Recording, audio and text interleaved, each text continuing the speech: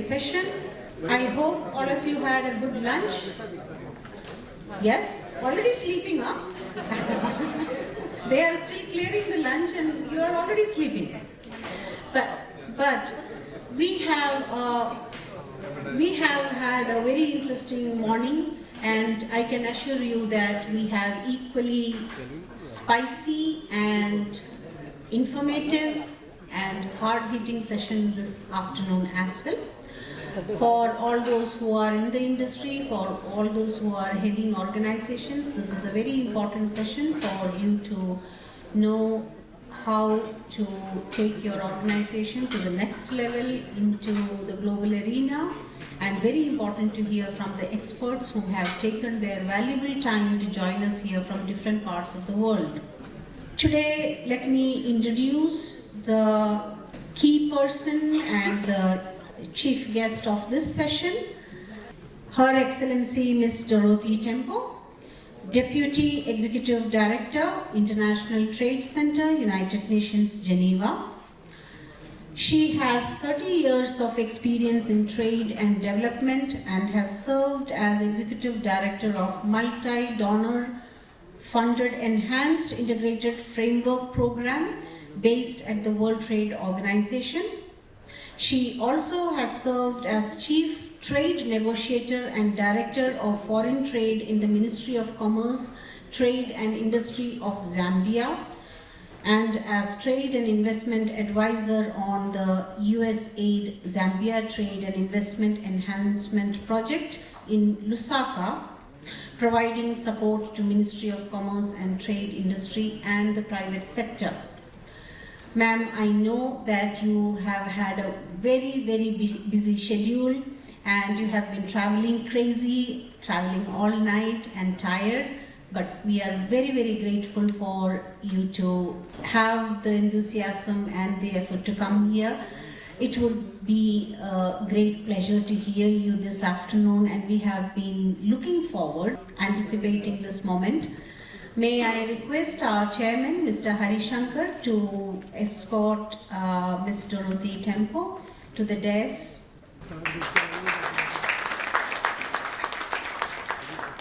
May I request Honorary Treasurer also to join the dais, please? Good afternoon, one and all. My hearty welcome to our afternoon session of today's celebration of ITME Society's 40th year. First of all, another welcome to our chief guest for this afternoon session, Her Excellency Ms. Dorothy Tembo, International Trade Center, Geneva, for all her effort to make it to our event this afternoon despite her busy schedule, delayed flights and everything else. Thank you very much once again. We had a scintillating morning earlier today with presentations on the latest technical developments by Professor Mr. Kloy from Aachen University in Germany, followed by what happened to be a really awesome presentation by Mrs. Swati Pandey on the developments over the years from the Indian Post Office. We are pretty confident that this afternoon is going to be equally relevant and interesting, and we look forward to your participation as well. Just like this morning, where our focus was on interaction between the universities and the manufacturers, knowledge is going to be a key part of the theme for today. And this afternoon, we are hoping for interaction from all of the associations present. We at ITME Society are very humbled to be associated with all our partners and various associations through whom we've had support over the past 40 years for us to grow and meet various landmarks along the way. And all of these landmarks, one such landmark is our new series of events, which is in ITME Africa in February 2020 in Addis Ababa.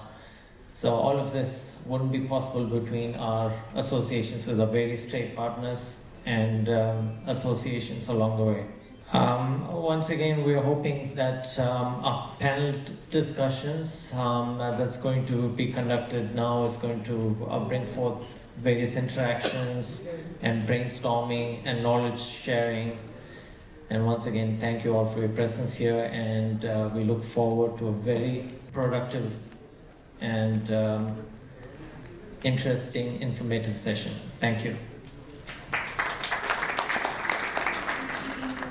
Requesting Her Excellency, Mr. Dorothy Tembo, to give her address. Good afternoon. Namaste. And thank you very much for this invitation for me to be able to join you this afternoon on this very special occasion where we are also celebrating ITME's Society's 40th anniversary. Really pleasing indeed.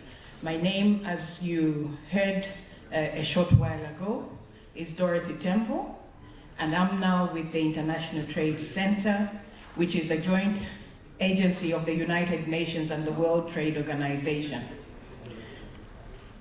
I'm working in Geneva, but for many years I was working in my country, and that country happens to be Zambia, which is in the southern part of the African continent.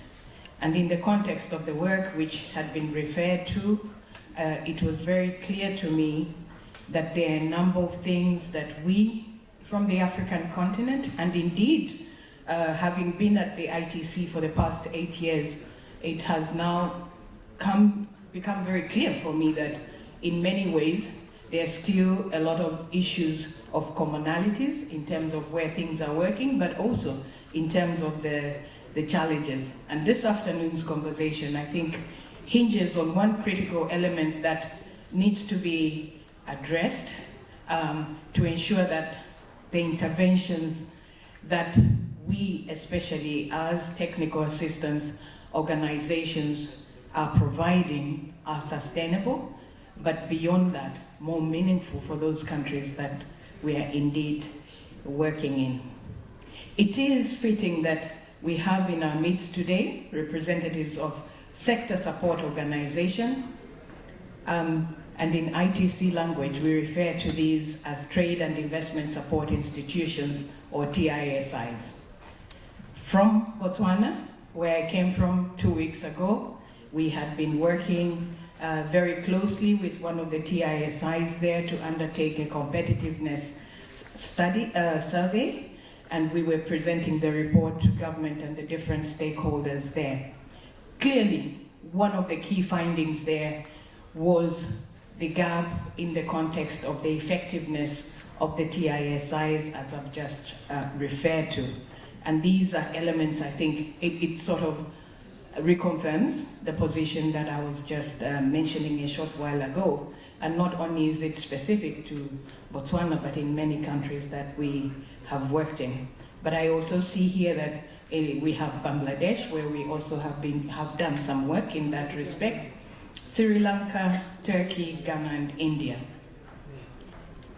It is important that we are discussing strengthening bilateral trade relations with neighbouring countries while celebrating the birthday of an institution I consider to be an exemplar of what a TISI should be. In addressing the subject of discussion here, I wanted to start by giving you a bit of statistics that will try to put into context what it is that we are confronted with and why we think, or we are really convinced that the aspect of TISI is one that has to be taken into context. According to our colleagues from the World Bank, it is 20% cheaper for India to trade with Brazil versus a neighboring country. And honestly, I'm not sure that that actually makes much sense. that it costs on every dollar to send or receive goods from more than halfway around the world than to cross just one border between neighbors.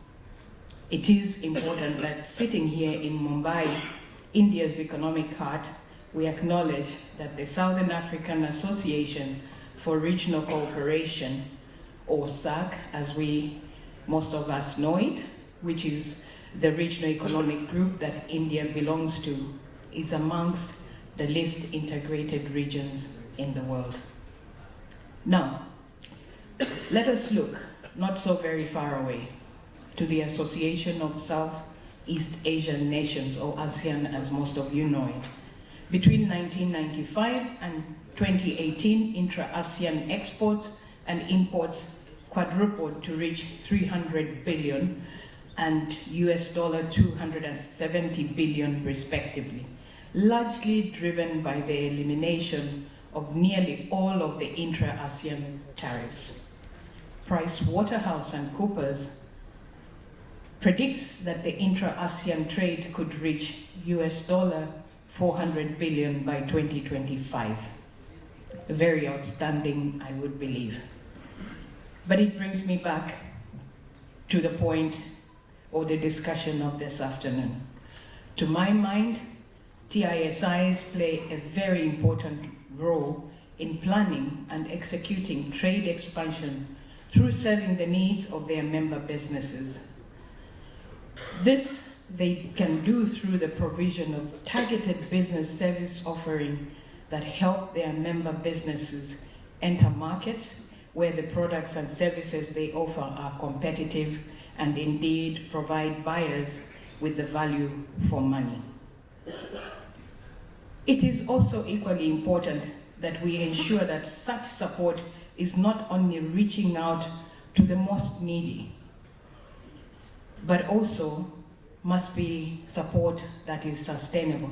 We all as countries have committed to delivering on the 2030 Sustainable Development Goals, and part of what we are moving or pushing there is that our outreach goes as far as it can to ensure that it's inclusive of the bottom of the pyramid.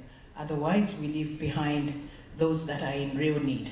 It is also an approach that must ensure that women and youth are actually being brought along in that process.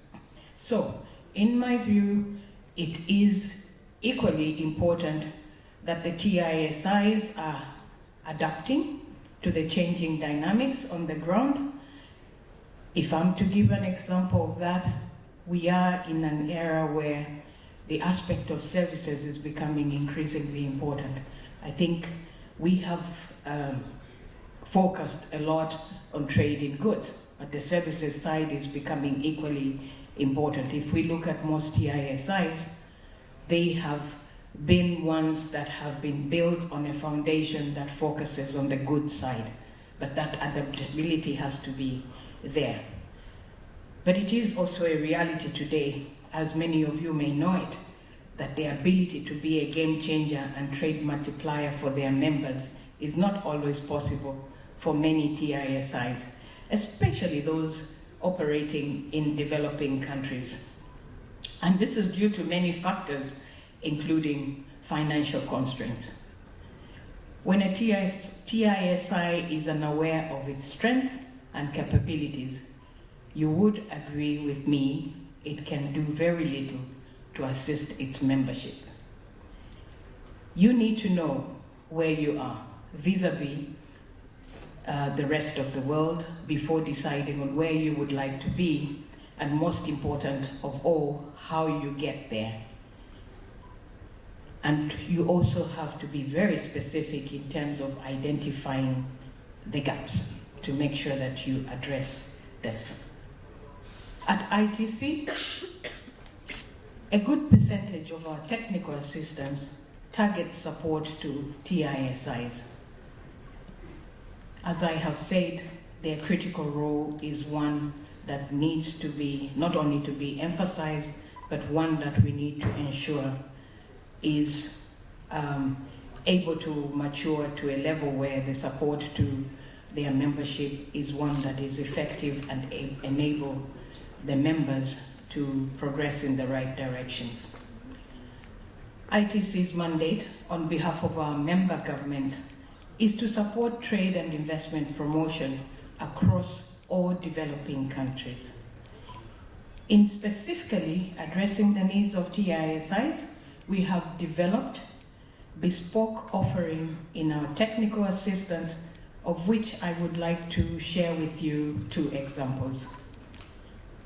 First is that ITC's fully fledged performance improvement approach for TISIs focuses on measurable results and follows a comprehensive approach that, in our view, sets the foundation for the effectiveness of many of these institutions that are now not in a position to do so.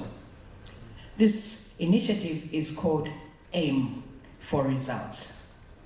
In short, but standing for Access, Improve, and Measure Performance.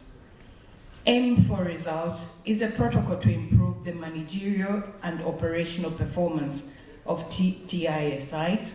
In particular, you have those that are very specifically referred to as trade and investment promotion organizations, but we do realize in the context of the work that we are undertaking in the countries that there are various forms of these entities that provide support in this particular area. So we will also work with the chambers of commerce, sector associations, and other functional trade support institutions.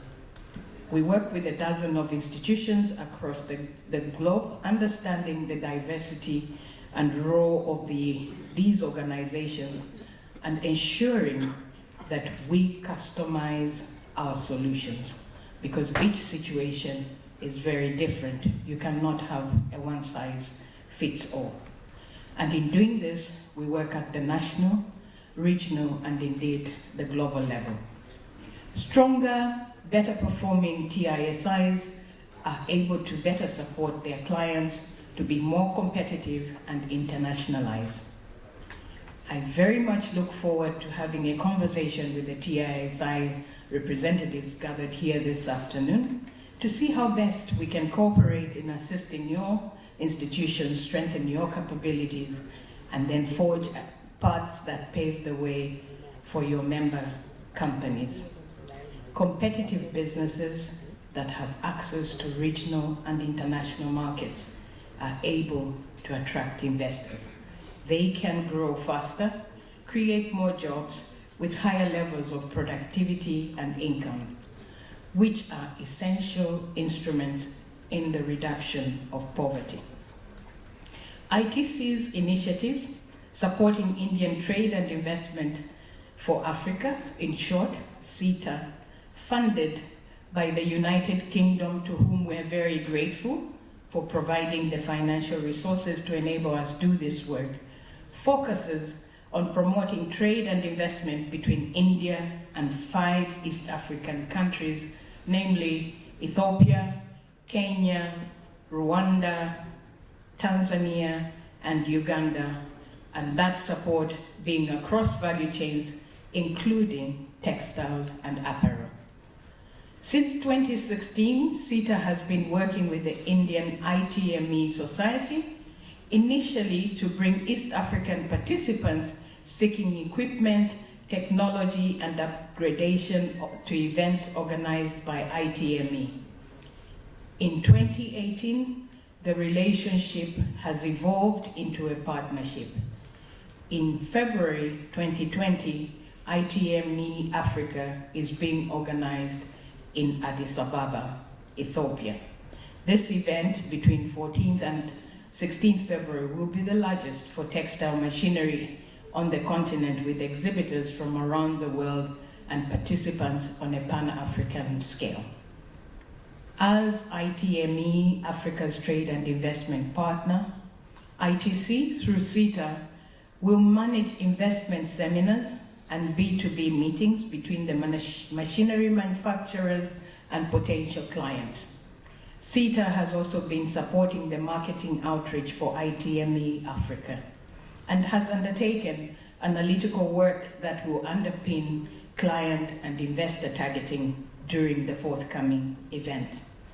I am very pleased to note that the partnership, built on trust, respect, and mutuality, is working well, and this shows how relationships that are productive and where each party brings positive inputs can morph into a longer-term, larger-scale engagement that serves a win-win purpose.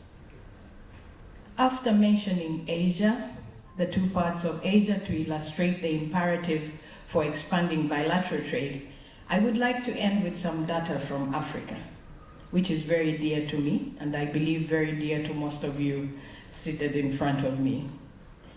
But what is more important about this is that this is the last frontier on our planet that will absorb technology while contributing to supplying and feeding the world. Currently, intra-regional trade accounts for 17% of Africa's exports, compared to the 59% in the whole of Asia and 69% in Europe. However, according to a study done by Brookings Institute, potential for intra-trade to increase through the implementation of the African Continental Free Trade Area, which has just been ratified and brings together 54 countries in creating the largest free trade area, is one that really puts before us the huge potential that Africa holds. Solely due to the removal of tariffs, we are told through the study that there could be an increase of between 50 billion and 70 billion of trade by 2040. This could mean that by 2040, extra-regional exports could constitute up to 50%, up from the current 17%. No other region, ladies and gentlemen, is set to grow at that rate. Let me leave you with this as food for thought. I am sure we'll all look forward to hearing from the panel on the role of associations in strengthening bilateral trade. And I want to thank you for exercising your patience to allow me to share these thoughts with you. Thank you very much. Thank you very much, Her Excellency. It was wonderful. The vision, the thought process, and the experience which you have gained working with various countries and bringing benefit to the trade and industry relationship of each country your ITC has worked with. I'm sure we have a lot to learn, and under your guidance, and all the countries who are associated with ITC shall benefit. Personally, as you said, that we have been working with your team for quite some time, and I must say that it was a great learning experience for me and also enriching for the ITME Society. So thank you to your leadership, to Sita and ITC, and also to the wonderful team of ITC who are here. As Madam has mentioned, that in many activities which the society has undertaken consciously to develop, facilitate and encourage trade, exports, technology transfers, joint ventures and investment cross-border between India and other countries. We have now focused on Africa and feel that it is a continent with great potential and lot of common things which India and Africa can work on. As mentioned by Chairman, we also are very mindful and mindful of all our partners who have been part of our journey in this 40 years of service to the industry, and invite today many of them are here with us, and invite each one of them also to join our efforts and engagement with Africa through ITME Africa, which we are doing in February. We have a very brief video on the event for your information. Can I request the video to be played, please? A new dawn, the clarion call heralding exciting opportunities for the textile industry in a glorious continent, Africa.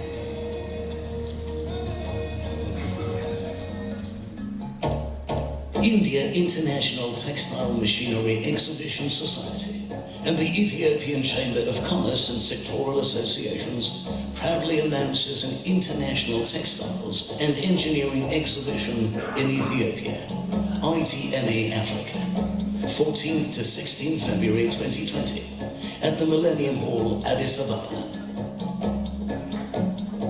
This event is supported by the Government of India, the Federal Democratic Republic of Ethiopia, and the Ethiopian Textile Industry Development Institute, and has the International Trade Center responsible for integration of the business sector within the United Nations system as its trade and investment partner.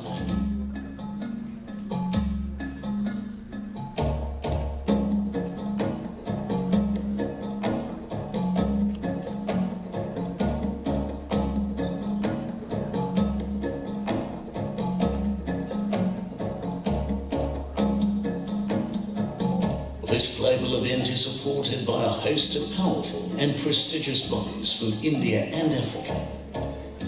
It will have participants from countries worldwide, spanning the continents. ITME Africa 2020 is a new beginning to herald prosperity for Africa through textile technology, with Ethiopia as the pivot. An exhibition for global textile manufacturers and textile technologists to partake of a treasure, alluring endless opportunities and business for the country. Textiles is the rising star in Africa. In Africa, Ethiopia is the fastest growing economy, with a huge potential to become Africa's textile and apparel hub. It boasts of a stable political government, conducive economic factors, well-developed infrastructure, and favorable market factors, among a host of other benefits for the textile sector. India International Textile Machinery Exhibition Society, a non-profit body, aims to liberate Africa's potential by building as much local capacity as possible.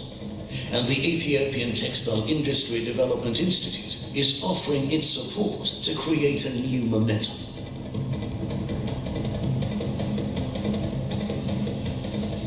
The India ITME Society came into existence in 1980, at a time where India had a nascent textile industry with a negligible presence in the global market. Over the years, through its 10 international exhibitions under the ITME series, it has catapulted the nation's presence to a predominant position on a global scale. This vision will summon a new era of textile engineering and technology to encompass the whole of Africa. The Ethiopian Chamber of Commerce and Sectoral Associations, a non-profit private sector organization, is an apex body among chambers and sectoral associations in Africa. ECCSA has diligently worked towards development of business, acting as a bridge between the business community and the government. This joint venture of proactive thinkers, India ITME Society and ECCSA, aims to work collaboratively and offer textile technology solutions to fulfill the needs of Africa. ITME Africa 2020 shall be a complete showcase of products, technology and services, from raw to finished products, as well as finance and consultancy, a one-stop shop for solutions in textile and textile engineering. ITME Africa will open the doors to exclusive opportunities for textile manufacturers and technologists from all over the world to explore the huge potential in Africa, which already enjoys a great tradition of textiles. Dear friends, India ITME Society and ECCSA together promise intelligent and influential audience to create collaborative opportunity and stimulate industry growth. This is the right time and the right place, the perfect opportunity to aspire, compete and explore Ethiopia and connect with the rest of Africa. ITME Africa 2020. Be there to witness a historical global conference that will herald prosperity for Africa through textile technology. Dear friends, ITME Africa brings to the table India ITME Society's expertise, India's strength in textiles, and Ethiopia's aspirations and abundance in opportunity. Together we can usher in prosperity to Africa through textiles and textile technology. I welcome you all to Addis Ababa in February 2020.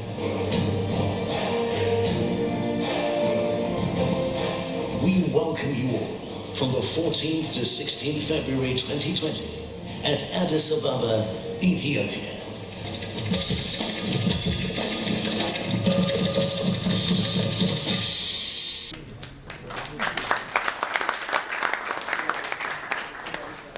I hope, though, that clapping means that all of you are buying tickets to Addis Ababa. So I look forward to welcoming you all again in Addis Ababa during this program, and hopefully have more interactive sessions there for investment and trade. A lot of interesting opportunities are coming up in Africa, and International Trade Center has organized great programs bringing in several African nations whose investment and trade opportunities will be presented for all of you to take advantage of. We have specially invited the leaders of various associations from various countries in this part of the country and Africa to share this information and invite participation from your members to this, so that an opportunity which is there, which is being explored, can be utilized by you all as well.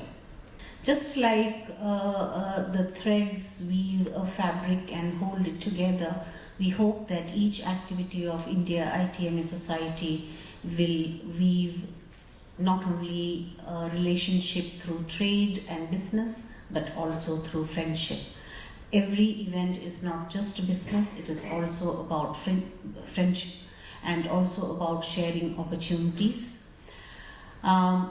So we also have invited various associations, consulates, to talk about how they are planning to facilitate their members, their countries, and how each organization is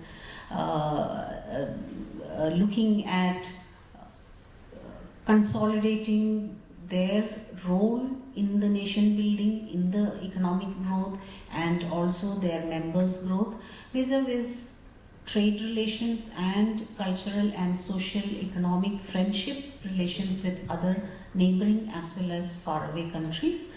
We have a panel discussion now which will be moderated by Mr. Avinash Maikar. Welcome back. As all of you are aware that success of each and every individual who is into trade depends on what backbone he has. How much support he has been given by various associations which are behind him. At the same time, whether all associations are learning something. Let us understand that through the stalwarts from various associations as well as from various countries. So I invite one by one panelist. Mr. Govind Venuprasad, ITC Geneva, Switzerland. Please come on the stage, sir. Okay, so Govind Venuprasad is International Trade Program Manager for South Trade and Investment and Country Manager for India. Govind has served within the United Nations system, ITC in Geneva and UNDP in Afghanistan since 1998. Specializing in regional trade and investment promotion, South-South cooperation and exporter competitiveness. Thank you very much, Mr. Govind, for coming over here. Our next panelist is Mr. Krishna Chinia, President from Botswana, Textile Clothing and Association. He joined the textile industry in 1993 and has worked for several companies in Mauritius as quality manager and production manager before joining B&M Garments in 2000 as the general manager. He is now the managing director of B&M Garments. He has worked with several European and American buyers, and he is now working mainly with the South Africa retailers such as Mr. Price, Edacon Group, CB Stores, Styles, Ackermans and Foschini Group. In July 2019, he is elected as the president of the Botswana Textile and Clothing Association. Welcome, Mr. Krishna. Our third panelist is from Bangladesh, our neighbor. Mr. Farooq Hassan, please come on the stage, please. Consulate of Greece in Bangladesh.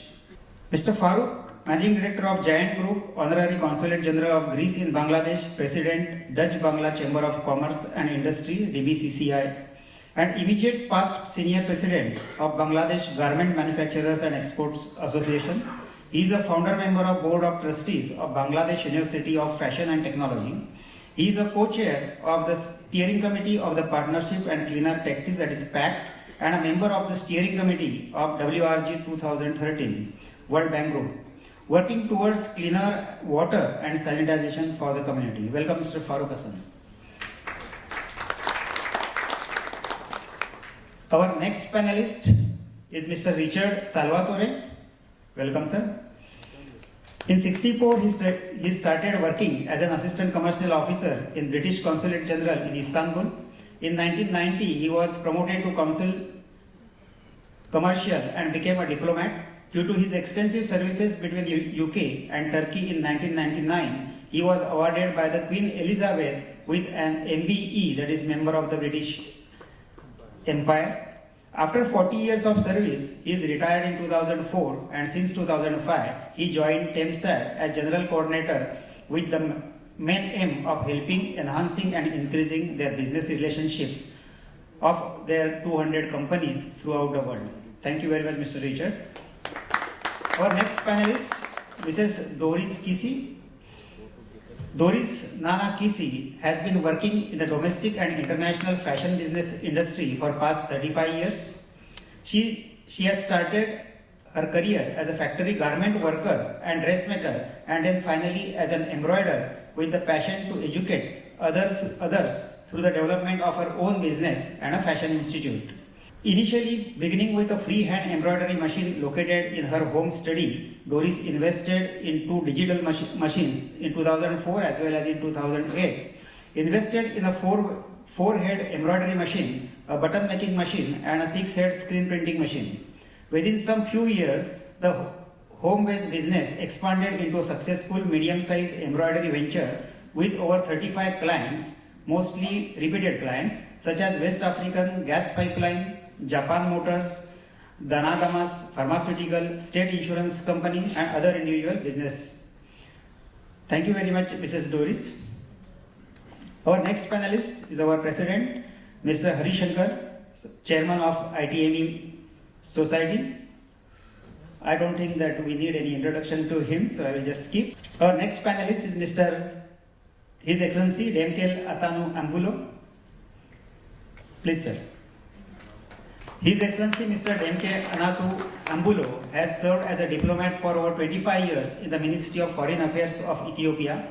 He has served as a Director General of Diaspora Affairs in the ministry. He worked as head of the Office of Capacity Building in the Ministry of Foreign Affairs. He also served as a Minister Consular in the Embassy of Ethiopia, London, UK, and Ethiopian Embassy in USA, Washington.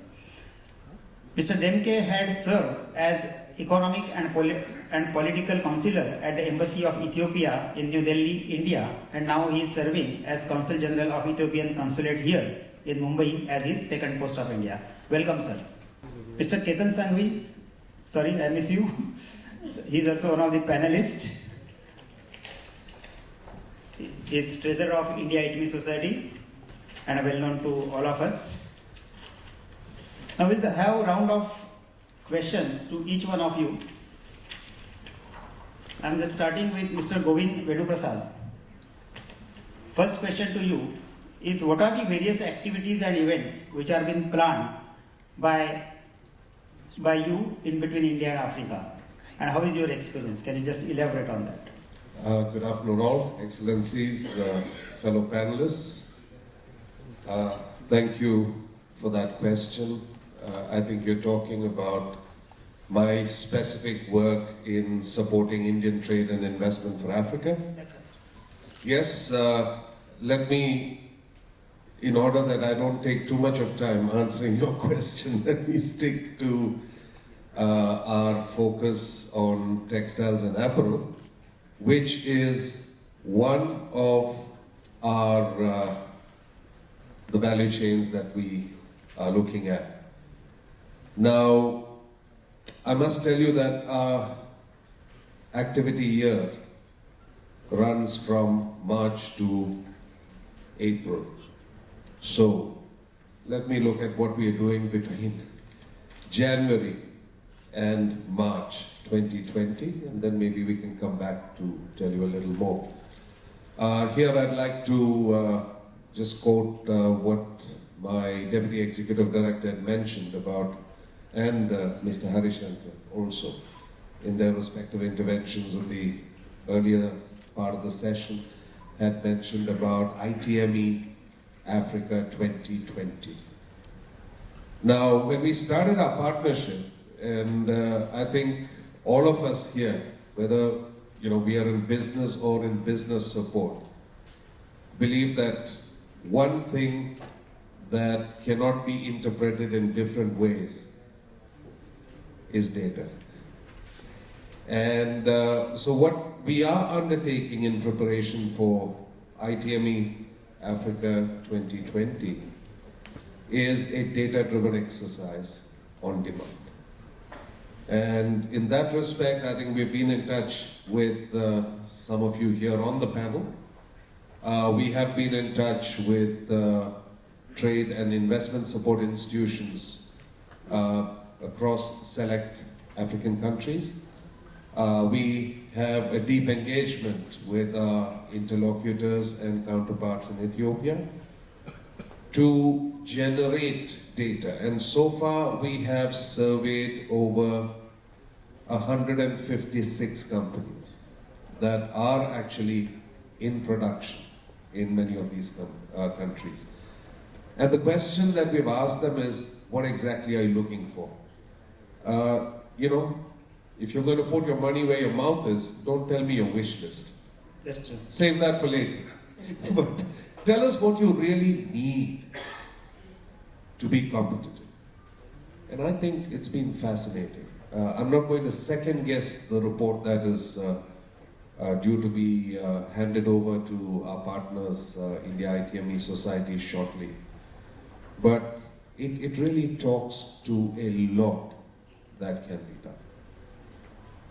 It really talks to where really aspiration hits the road, where companies are willing to go that extra mile to invest, because I think they see the incentive in actually investing, because this moment is Africa's moment. Everybody touts market access. You hear of AGOA, you hear of EBA, then people talk of low labor costs. But these are just two determinants.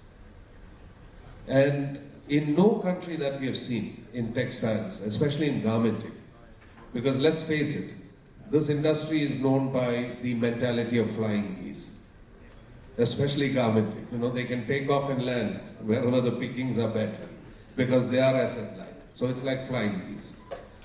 But the real focus, because these companies are not just looking at the traditional and, let's face it, maturing markets of Europe and the United States, but they are looking at the last billion of hungry consumers which will be on their own continent. And before you can say Kwame Nkrumah, they will be consuming 600 million people by 2030, consumers under the age of 30. So that is what our focus is on. Bringing the data together, getting the right people in the room, and addressing, since we're talking Africa, the elephant in the room, which is access to finance. Because there's this other myth that there is no finance. Fact remains, you speak to most of the financial institutions on the continent, they have money sloshing around. It's just that the channels, the multipliers, have not been found. So, between January and March, in the topic that's being spoken about here, our focus is on marrying data with opportunity, bringing people together, and ensuring that the match is made, and then following up in the time that remains. Great, thank you.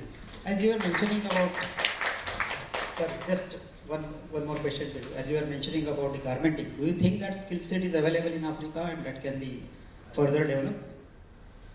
You know, I think a famous person from our country said, those who forget history are condemned to repeat it. Look at the chawls in Bombay. Who were they built for? Right. And where did those workers come from? Agrarian households. Perfect. Right. I don't think I need to go any further. Yeah. Okay. Thank you. Next question to Mr. Krishna. What measures are adopted by your association in order to boost the foreign policy? Well, good afternoon to all of you, all protocol observed.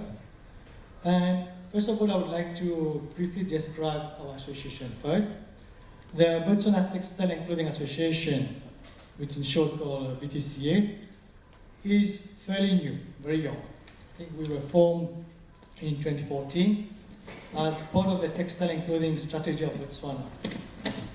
We have about 25 to 30 companies in the textile sector. So it was formed to develop a national strategy. Instead of few industry going to talk directly to the government, so the government of Botswana said, okay, fine, form an association so they can be more vocal and then straightforward when you communicate with the government. So at the moment, like I said earlier, we have about 25 members, ranging from large, medium, and small enterprise.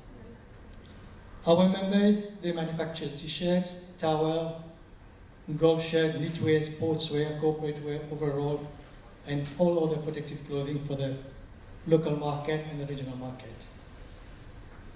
So this association, the mission was to promote the development of a globally competitive and sustainable textile clothing association and sector for the implementation of the strategy.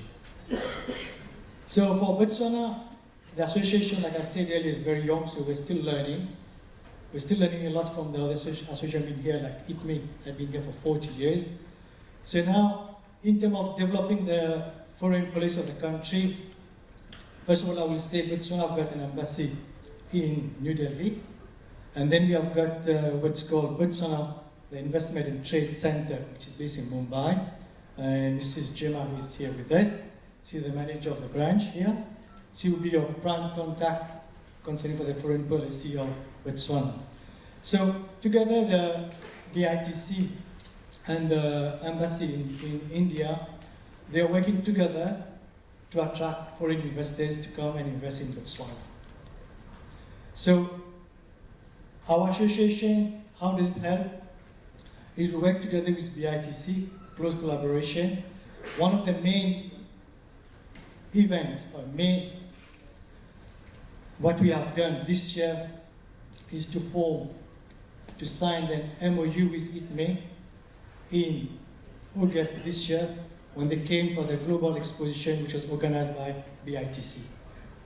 So that MOU which was signed was to foster economic cooperation with the two countries.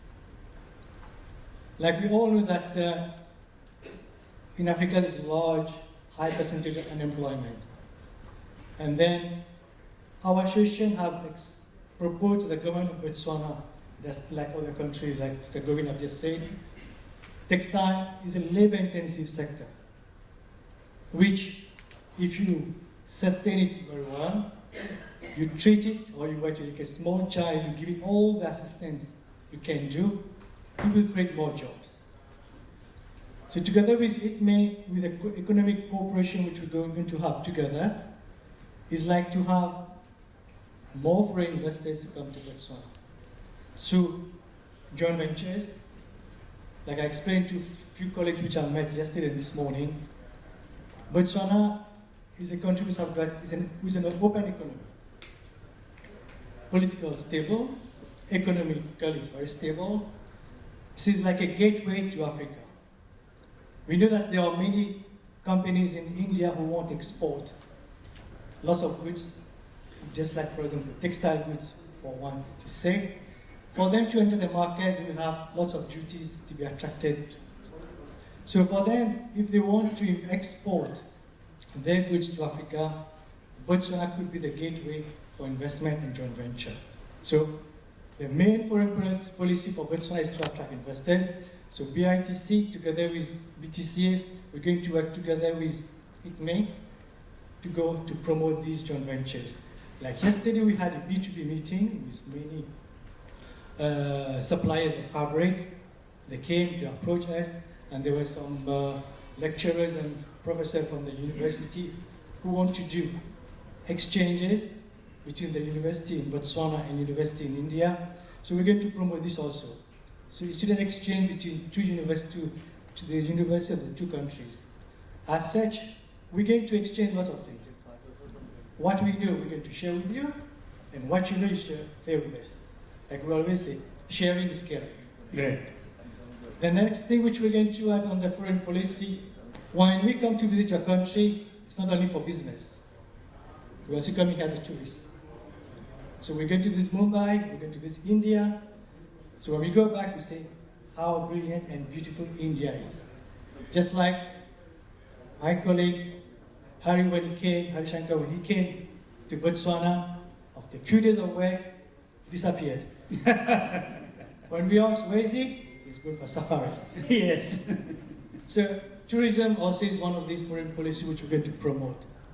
So tourism and then foreign trade and exchange trade, attracting investors will be mainly to concentrate on the foreign policy. Thank you very much. Yeah. So as an association, you are keeping all your windows open. Wide open. Great. You're all invited. Thanks. Thank you. I'm coming to Mr. Farooq Hassan from Bangladesh. I'm really unhappy with you, Mr. Farooq Hassan, because you people have beaten us on exports. You are running quite fast. I don't know what your people are eating over there so that their efficiencies of garment units are much, much higher than us. So can you just tell us what is the truth? How it is possible? First of all, I'd like to congratulate India ITME Society for celebrating their 40 years of service to textile industry, apparel sector, and for today's program. I believe this is a learning for everybody. In the morning session, the students have got a good learning from the professors. The professor was giving a presentation. Coming back to Bangladesh RMG export. Yes, right now we are the second largest apparel exporter in the world after China, because our last year export was about $34 billion, which is over 83% of our total export. So apparel, textile is the backbone of our economy in terms of employment, in terms of foreign currency earning, and it is contributing socially and economically of our society and of our country. So still we are exporting 63% to European Union. This is the one big advantage we are enjoying, that EBA. I'm sure everybody knows about EBA, everything but arms. So we are enjoying the complete duty-free access to European Union as a LDC country. And frankly, our strength is the entrepreneurship. Our strength is the resilient workforce and the entrepreneurship of Bangladesh, because as you know that to produce any apparel, you require either cotton for cotton-based garments or a petrochemical for the man-made fiber. And Bangladesh have nothing. Out of our total requirement of cotton, we produce only 1%. And we are dependent with India, with all over the world. And also, we don't have anything on the petrochemical. So entrepreneurship is one thing that is. But we always believe that this association, what we have for the discussion today, we have the Bangladesh Garment Manufacturing Exporters Association. The leadership of the association is also very important. Through the leadership, actually, we got many things. We have negotiated with our government. We have some, not really a very financial benefit, but a policy support. We got a good policy support. And then negotiating with the development partners, discussion and follow up with all the buyers. So that's the area we have taken the benefit out of it. And I believe that we have gone to all the market because we have taken it seriously, because we have concentrated on that. And we found that the market, we have never thought that this is a small market or a big market. We are exporting to all the countries, and customer like H&M, the big customers, and the small boutique customer also. So for our factories, for our industries, we have small factories, medium and large. So we always try to see that everybody has some orders, everybody has them. So, but right now, I believe still in terms of productivity efficiency, we need to do a lot. And that's the area we are working. And you know that in terms of compliance, in terms of workplace safety, we have invested huge amount of money for last 10 years. And I can tell you that Bangladesh has the most safest factory in the world right now. Bangladesh have all the compliant factory. We have right now 108 green factory in the world. Even China doesn't have 50 factory. I don't know how many you have in India, but China doesn't have even 50 factory, and we have 108 green certified factory under USGBC, United States Green Building Council certified. And out of top 10 best factory in the world, 6 are in Bangladesh. Great, great. 6 are in Bangladesh. So we have 26 platinum, 71 gold factory. Out of that 108, we are all in the top tier. You know, platinum is the first tier, and then the gold, then silver, and then certification. We have only, out of 108, only 2 certified, which means very low score. Otherwise, all are very high score. So we have given a lot of attention in terms of energy, in terms of environment friendly, water saving, because everybody knows that Bangladesh is enough water because we have flood, we have rain too much. But till though, we have concentrated how to reduce the water footprint. Because I've visited, because I'm there, you have seen that I'm there as in WRG 2030, I've visited to Africa. I've seen what kind of water shortage they have. I've seen Mongolia, what kind of water problem they have. I've seen many countries, what kind of water problem. So we have started addressing. We don't want to go like Tripur, what happened in Tripur. The court have closed the factory. So court order have closed the factory. We don't want to go there. We are anything, everything we address in advance. So, and that's I think, our success, that we address any issues. So the issues of, you heard about Accord, you heard about Alliance. So we listen, we go discuss, and we put it on the table, we discuss, we try to solve this thing. So we sit with the buyer, whatever they say, we try to understand what they're saying. So, I mean, follow-up is a very important thing. But one thing for Bangladesh is needed, and I think all we believe that we need it. ITC, I'm sure the data is there. For last 5 years, there is no growth in apple export. Yeah. Till Bangladesh have done it good, till last year, I mean till last June. But from July onward, even Bangladesh is having a negative growth. And I believe that this is not only that the other countries are taking away all the business, because globally there is no growth, because the buying pattern have been changed. So we have to be sure, the people, we are in the textile business, because people are not buying that much clothing like before, because they are preferred to go for holiday, they are preferred to buy gadgets, so other items. The buying pattern have been changed, so we have to be serious on that. And we have to also collaborate regionally. Right, I mean, right. You see, Bangladesh, out of our $34 billion, 74% are on cotton-based garments, whereas globally, the man-made fiber growth for last 35, 40 years growth is there, and right now 70% are man-made fiber. So, which means it is a negative side for us, but I took it as a opportunity. We take this as an opportunity, so we can grow further. We are the second largest apparel exporter, but our market share is only 6.7%. So there is an opportunity. So always we took as a positive side whatever we have, and you know that we have a young youth force.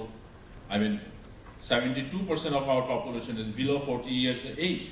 65% of our population is below 30 years age. So we have a young youth population. We have to make them skilled, we have to train them, and we have to take the benefit out of the skilled people, the huge population what we have. Great. So these young people, that is the secret of the higher efficiency what you are getting in garmenting?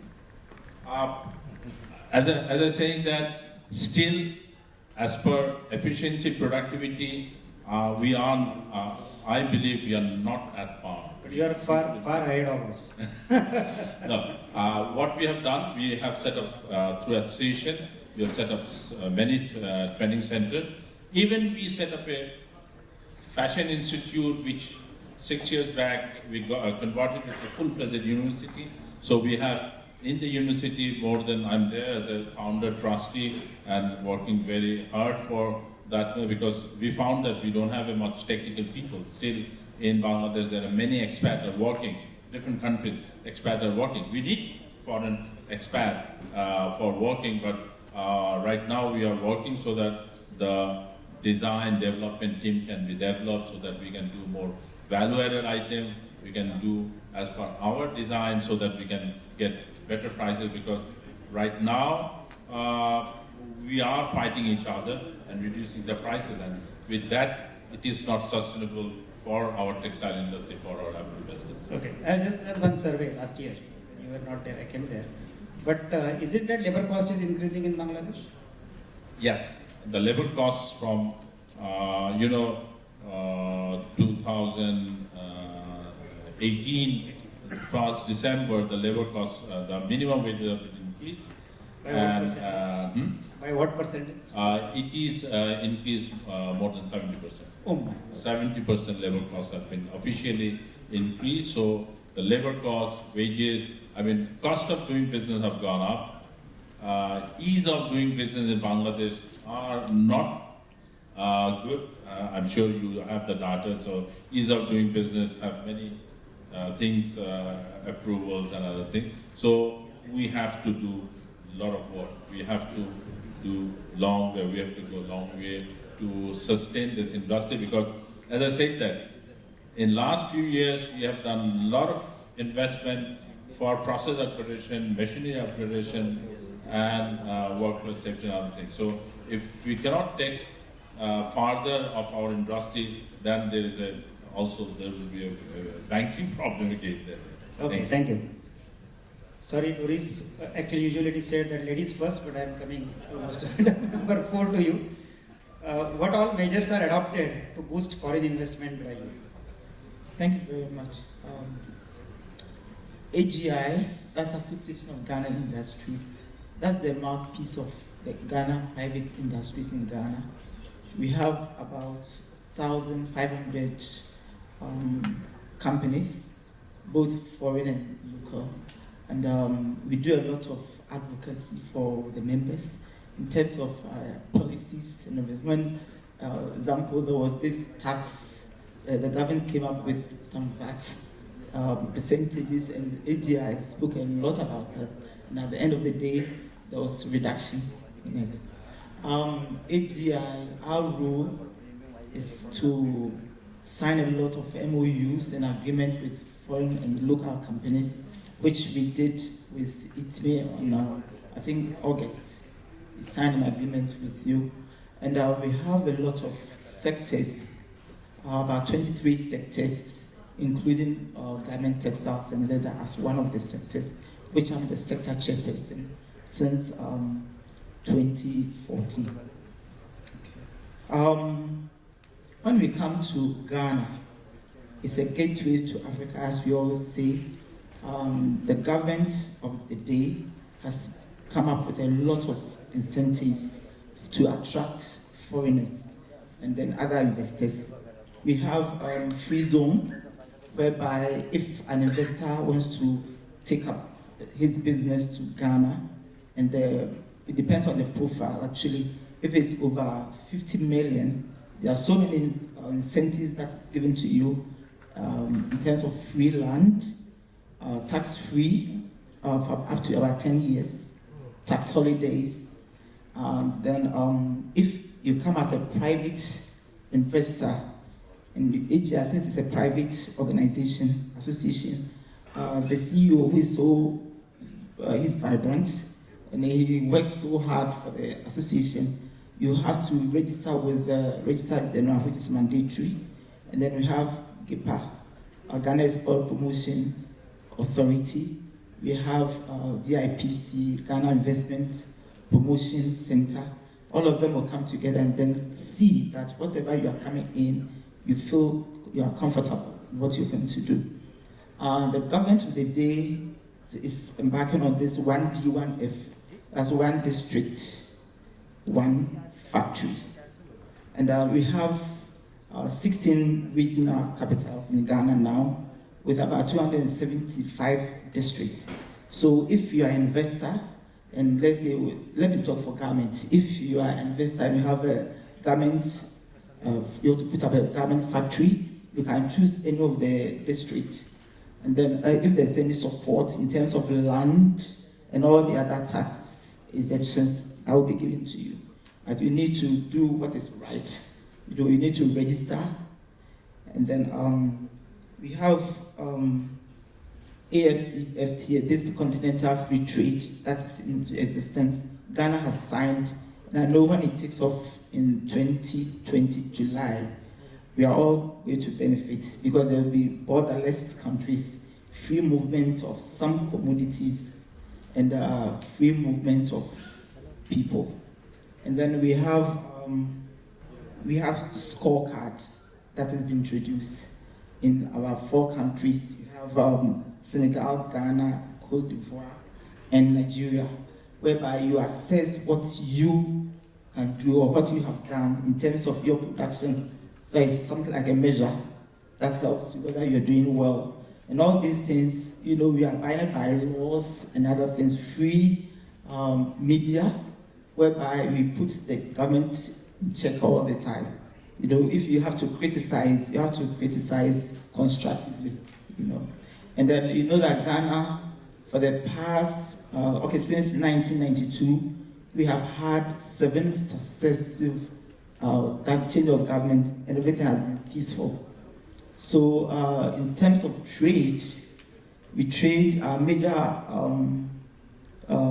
countries that have invested in Ghana. We have China, we have India, we have the EU, and let me talk for the Indian, because I'm in India now. We have one of our members who has been with the association for close to 50 years. is into pharmaceuticals, M&G is there. And then we had Glamour, I think he's passed on. Then he too was a member of Association of Ghana Industry. We are 60 years, and I was so happy when we had this MOU signed. Because with my members, the garment sector, textiles, we are about 200 active members. And with the garment, about 60 to 80% are SMEs. And then the large ones are into AGOA, African Growth Opportunity Act, which is something that is dear to our heart because it's been increased, the years has gone up to 2025. And yesterday with the B2B that we had, I can see that a lot of the people that we met are hungry to come to Ghana. So as we are also hungry to go into partnership with some of the members that we met yesterday. In Ghana, we have gold, we have timber, we have oil and gas. We are into that. We have one of the sectors. And then in all these, the association is a one-stop shop, whereby if you are a manufacturer in garment textiles, we have an advertisement, we have other sectors that will together come into agreement, and then you be successful in whatever you come to do. Great. Thank you. Mr. Avishankar, for years we are at number 2 as far as global trade is concerned behind China. Our country is huge, we have good population, we have all merits. What measures association should take to increase our market share? Thank you, Avinash. A very pertinent question. First of all, good afternoon once again to all the dignitaries assembled here patiently through the course of the afternoon. Hello once again to fellow panelists. So that's a very pertinent question. Some answers we have already gotten from previous panelists. Now, if we put a little bit together from each of the previous speakers, right from Mr. Govind Venuprasad, Mr. Krishna, Ms. Doris, and Mr. Farooq Hassan, there's always a little bit of a takeaway from all of this. So right now we have many associations that we've formed here in India. A lot of it have been formed constitutionally many years ago. But Mr. Venuprasad highlighted earlier, history is something you learn from and not repeat. So basically, I think we should all work towards a common vision. We have to strategize towards a common vision, set a roadmap for time period slots towards the whole value chain, not just specific segments. Work forward towards that vision so that it will be easier to represent to the government as well. We all know the state of the industry that's gone through over the best part of 2019, right from January 2019, the entire value chain has gone through a huge slump. It's only, phases where we've seen weaving do well, phases where garmenting is okay. Spinning, for the most part, has gone through a huge down cycle through the major course of 2019. But what are the common factors? I think we all need to sit together, brainstorm, and Mr. Venuprasad also highlighted just now, data is key. You need to be accurate, you need to be precise, you need to be up to date with all your data, so that going forward, you know exactly what is required, where, and you are able to work together with a common vision and a goal in mind and a path forward to reaching our goals. You just highlighted upon how Bangladesh has succeeded going forward. I think we've got to take some strategies in our vision forward. Thank you. Actually, in case of Bangladesh, they are concentrating on the final product, and we are concentrating on the first product, that is the yarn. So maybe there also we are going wrong. Yeah, totally. Yeah. His Excellency, Mr. Ambulo, we are now hopeful that being our next destination is Ethiopia. What your country is doing right now as far as textile and apparel is concerned? How hopeful you are for the big progress which will be happening in your country? Thank you. Good afternoon. Let me start by extending a profound congratulations for ITME for celebrating the 40 years anniversary. It is an honor for me to represent my country, Ethiopia, on this celebration because we have a very deep, very close working relationship with ITME in developing especially Ethiopian textile industry strategies and institutions. And I would like to say congratulations. Having said that, in Ethiopia, textile and garment are a very key and core industrial sectors. Textile and garment are at the forefront of our industrial development strategy. Our vision is very clear. We made it very clear to become the future hub of textile investment for Africa. In order to realize this, the government is taking a lot of measures in addition together with those associations in these sectors. Like we have Ethiopian Textile and Garment Manufacturing Association and Ethiopian Chamber of Commerce and sectoral associations.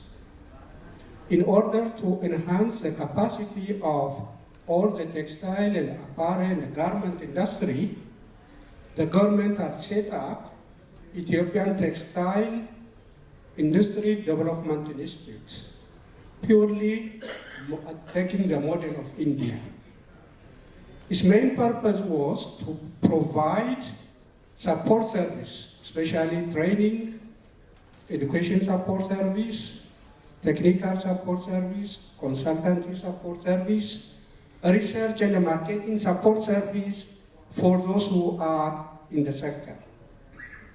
Besides this, also the government, we have in Ethiopia more than 60 public universities, out of which textile engineering at the level of the first and the second degree is being provided by close to 10 universities. So we are producing, not only giving support, technical, financial, research market, but also we are producing those personnel who will be with technical knowledge and skills, with academic degrees in engineering, textile engineering.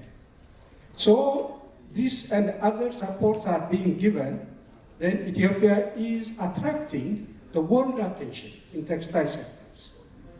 Due to several conditions, demography, Ethiopia is the second largest population in Africa. More than 110 million population. It's a huge domestic market. Out of this market, more than 70% are below 30 years. We have a population, young population, below 30 years, who are more than 60 million, 60 to 65 million population. We have a large pool of trained population who are graduated, especially in this textile, from this textile engineering from more than 10 universities. It is also cheap labor force comparing with any other countries. Not only that, Ethiopia, we have 3 million hectares of land available, suitable for cotton production. You see, cotton is a major input for these sectors. We have very fertile soil and fine cotton producing. Ethiopia is being known as the water tower of Africa. We are very rich in surface water, more than 122 billion cubic meter water, more than 24 billion surface water, and we are getting close to 1 billion from rain season.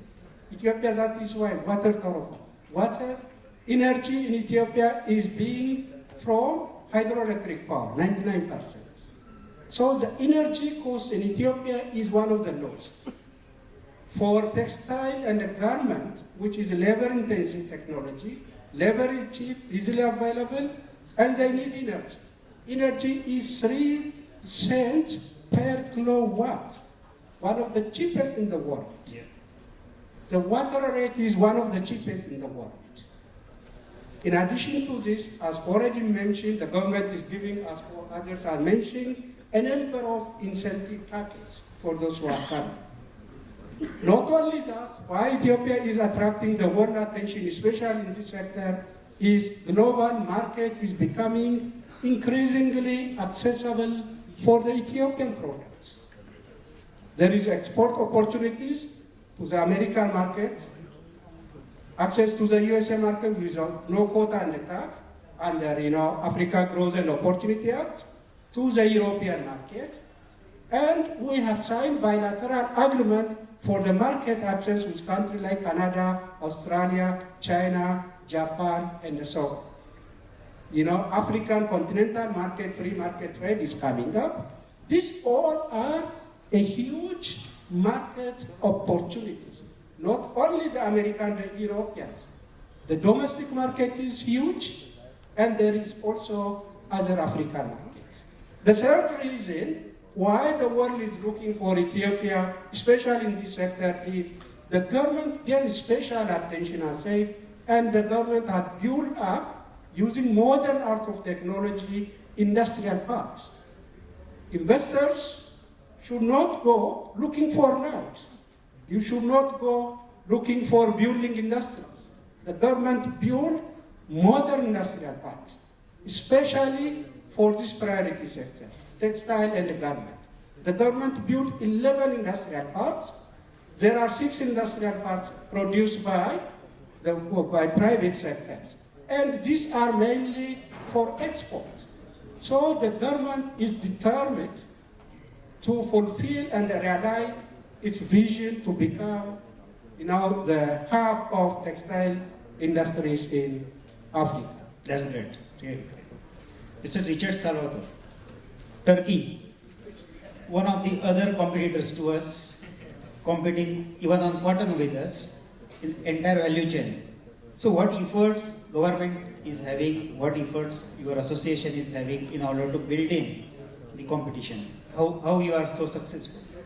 So before I start my speech, I would like to congratulate your anniversary, 40th anniversary, and thanks a lot for giving me this opportunity to express my views from my beautiful country, Turkey. I'm a British national, born in Istanbul, educated in Istanbul and in London, and then came back through the diplomatic service, which I've started working with the British Consulate General in Istanbul, where I stayed for 40 years. I wasn't dealing with companies. I was in the middle of 2 important nations, Britain and Turkey. And I wasn't dealing with a single commodity. I was dealing with every commodity. Did I knew all the commodities? No. But as you go on and on, you learn a bit of everything. My belief of associations is that human meetings, continuous visits, because the world has changed now. Probably some wouldn't agree with my ideas, who say, now it's electronics, you reach customers with emails, with internet, you don't have to go and talk to them. This is very, very wrong. True. Because, and many people think that automatically you have to go and invest in their countries. That's not right also. Because there is no businessman that would go and invest on a country that is not aware of what the market is. First of all, he has to make a feasibility study, Yes. see the opportunities there, and then attack the market properly. Now, coming to the association part, we are the only association in Turkey Turkey, you know, is a huge, big country with 81 provinces, and we have textile-orientated provinces, which are 7, 8 provinces. And our members are scattered all around the country. We have had, for the time being, we have 203 members. We produce assorted textile machines. We're very specialized in dyeing, finishing machines. We also produce chemicals, textile chemicals, and spare parts, textile machine spare parts of a superior quality. We can easily compete with our European partners. We regard ourselves in between China and Europe, but our machines are high level. One of our members of the association has invented a machine that nobody was able still to produce it. China tried to copy it, but with no way. We have these valuable engineering skilling persons in Turkey. Visiting is very, very important. Since I joined after my diplomatic service, I've also applied and took the Turkish nationality, which I'm proud of. We started, as soon as I joined TEMSAT, the association, I started negotiating with the world's similar associations. And since I came, I've signed MOUs with 18 nations, similar associations. Correct. But it's very sad for me to say this, that I couldn't succeed in convincing my European associations, which continuously kept away from me. Their excuse is that we are their competitors. Now, for God's sake, who is whose competitor? If I would have thought, and I had that particular idea, I wouldn't have signed memorandum of understandings with Indian associations. Yes. We have signed associations with 3 Indian associations, Tama, Itama, Tirupur, Dyers Association, ITME, Yeah. which we represent ITME in Istanbul. Yeah. Right. I mean, they keep on away from us, which I still couldn't understand why. And they regard us as their competitors. Okay, they're on their way, we're on our way. But for an association to be successful, first of all, you have to analyze what your members are manufacturing. Prepare a repertoire of all these members and try to discover their objectives and try to discover their counterparts. Who are their end customers? You tackle the market with active agents, because agents are the elements who would represent you in that specific country. And first you have to establish yourself with active and capable agents. Of course, this is not a very easy process, because I remember one American telling me that, to be able to acquire on 245 nations, we had to spend 45 years to try to identify the proper agents, because you appoint somebody and then you give him a chance, and then if he's not successful, you change to another. Yeah. But visiting should be on every level. I remember when I was a diplomat, at that time our president, Mr. Erdogan, was the prime minister, and the journalist came to me and said, Mr. Richard, what do you think? Our prime minister is continuing traveling here and there. We can't see him sit in his office. I said, he's doing right. That's what he has to do.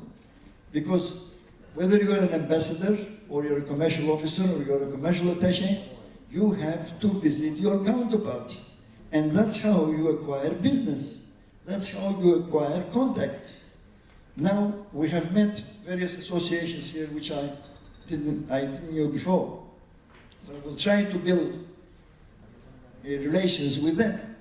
We have signed a memorandum of understanding with the Honorable Lady of Bangladesh, who I think is still the Prime Minister, in Ankara, in front of our Minister, which was very well. Now we have 32 companies visiting the forthcoming textile machinery exhibition in Dhaka.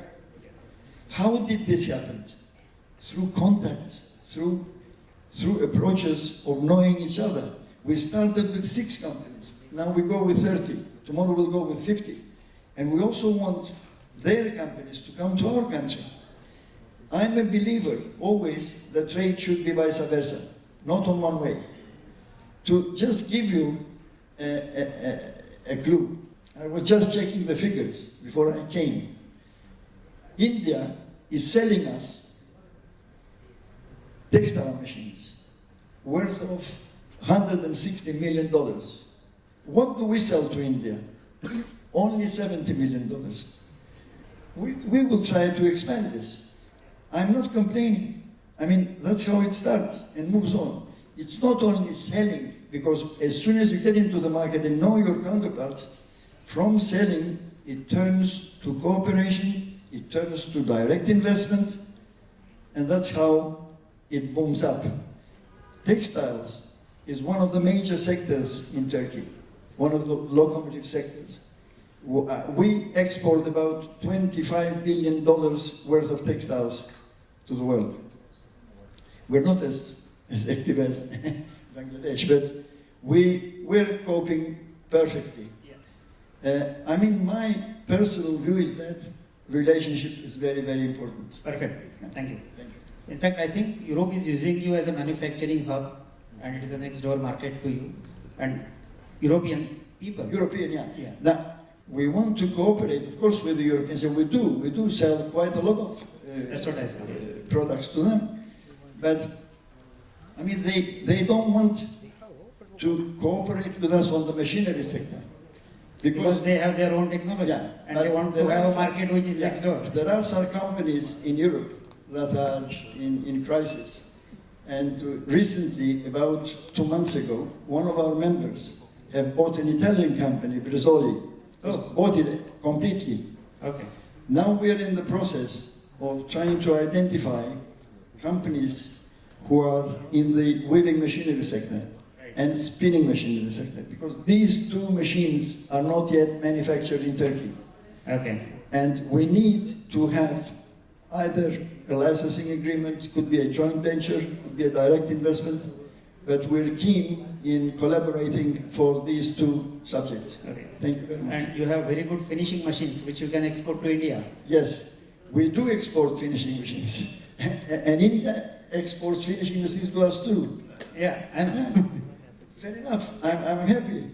As far as trade goes vice versa, I'm happy. Okay, thank you. Coming to Ketan, sorry to be the last one because you are my neighbor.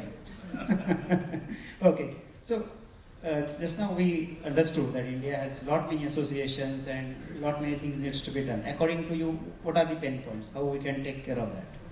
Thank you, and I think all the panelists, thank you for adding wisdom to the issues that we are discussing today.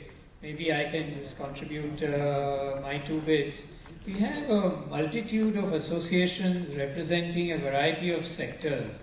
So for the textile industry, and I think the challenge is to align the needs of the various sectors to make this cohesive enough so that the various segments of the textile industry are not at odds with each other.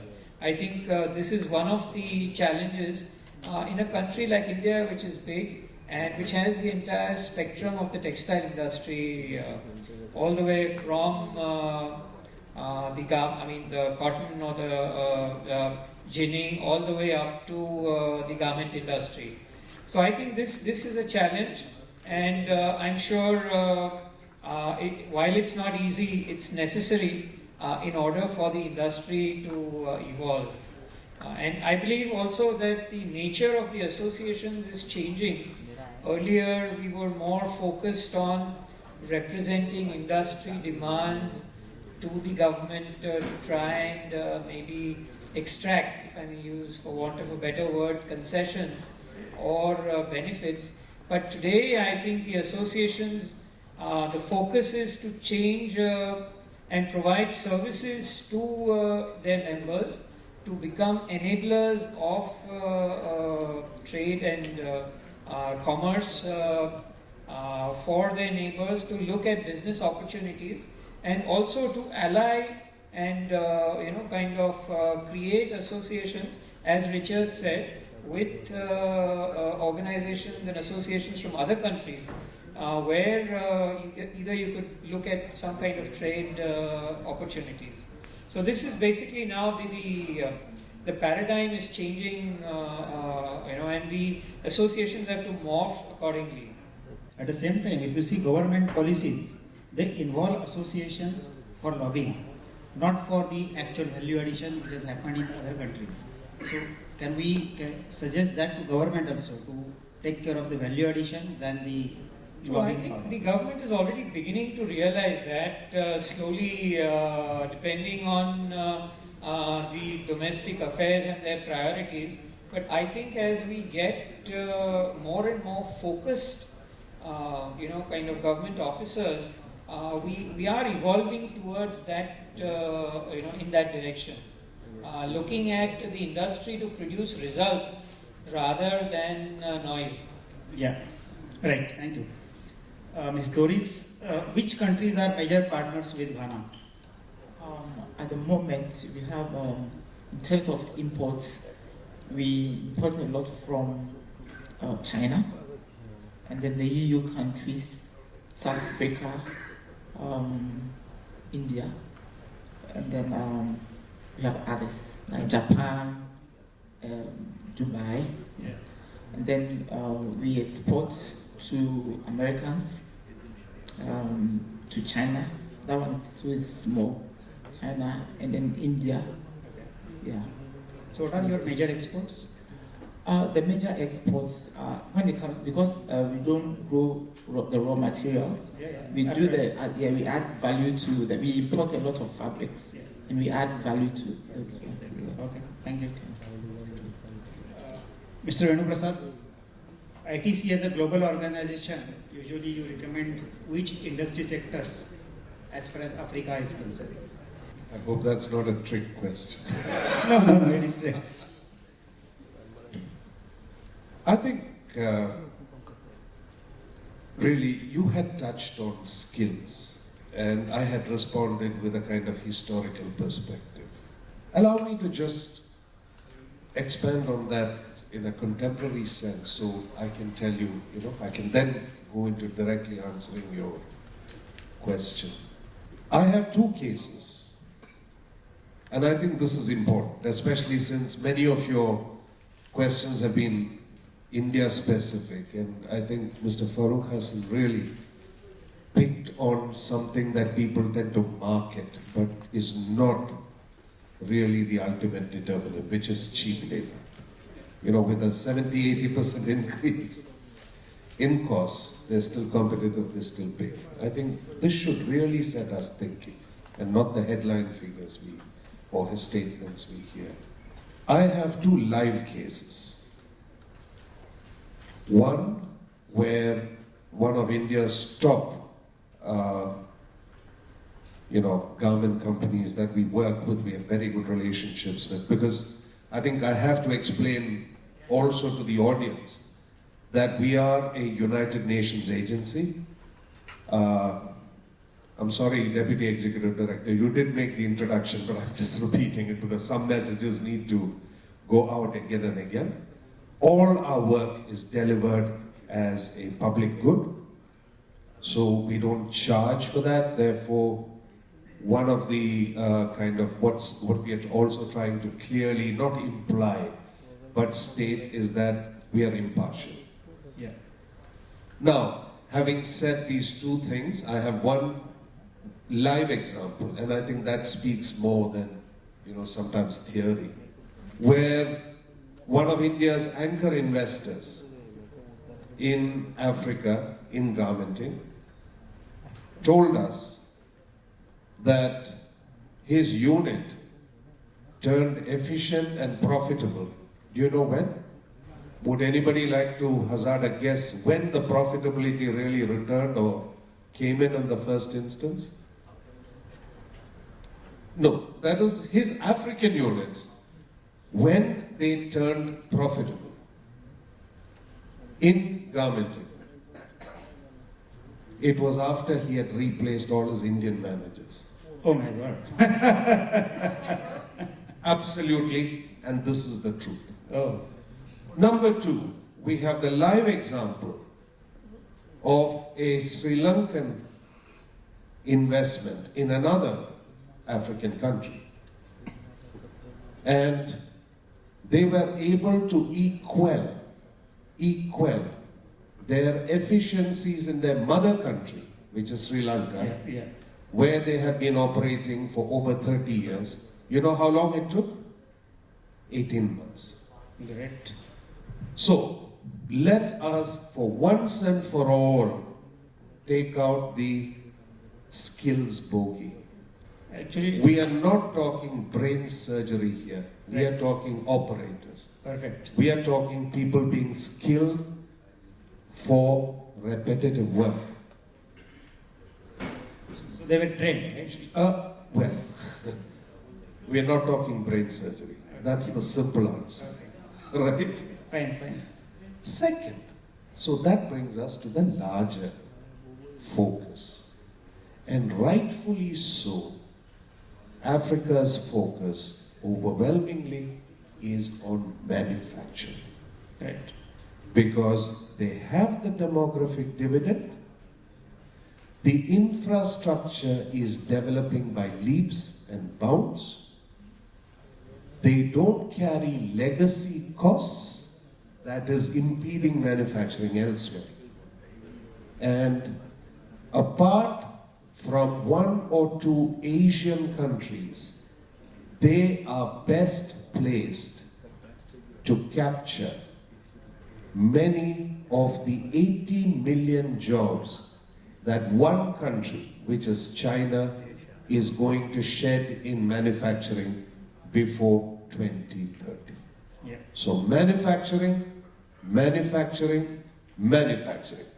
whether it's from light manufacturing such as, garmenting, through leather, through to machining, through to engineering. I think here I must, sorry Mr. Harishankar, if we sound like broken records. He was very kind to attend a kind of a CEO's roundtable that we had in his hometown of Coimbatore on Monday.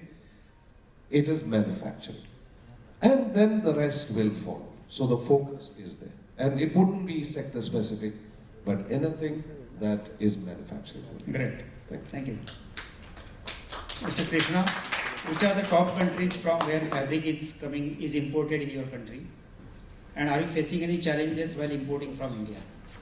First of all, I would say, like earlier I said, in Botswana we have got the small and medium enterprise, but two of them are like the biggest textile company. They are vertically integrated. So which means that they import cotton yarn from India, from South Africa, and from Lesotho. So with the yarn, they're going to weave and so knit and dye, making their own cloth. So the second category of manufacturers, the SMEs, they are importing the fabric. But most of the fabric at the moment they are coming, they're buying them from South Africa because they have got big importers. Then, because the small, medium enterprise, they buy fabric in small quantities. When you're buying yarn, you buy yarn in full container load. It's easier and then cheaper to bring to Botswana. Like one of your colleagues was saying yesterday, when it comes to doing business in Africa, one of the biggest problems is logistics.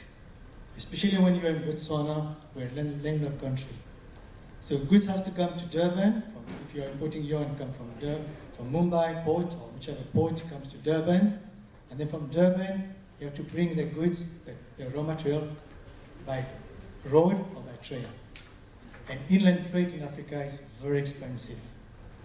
So these small, medium enterprise, the moment the difficulties they're finding is if they have to import in small quantities, it becomes very expensive for them. If you import with what they call LCL, consolidated cargo, the freight cost is very expensive. So this is one of the challenges they're facing. So our association, what they have decided to do is to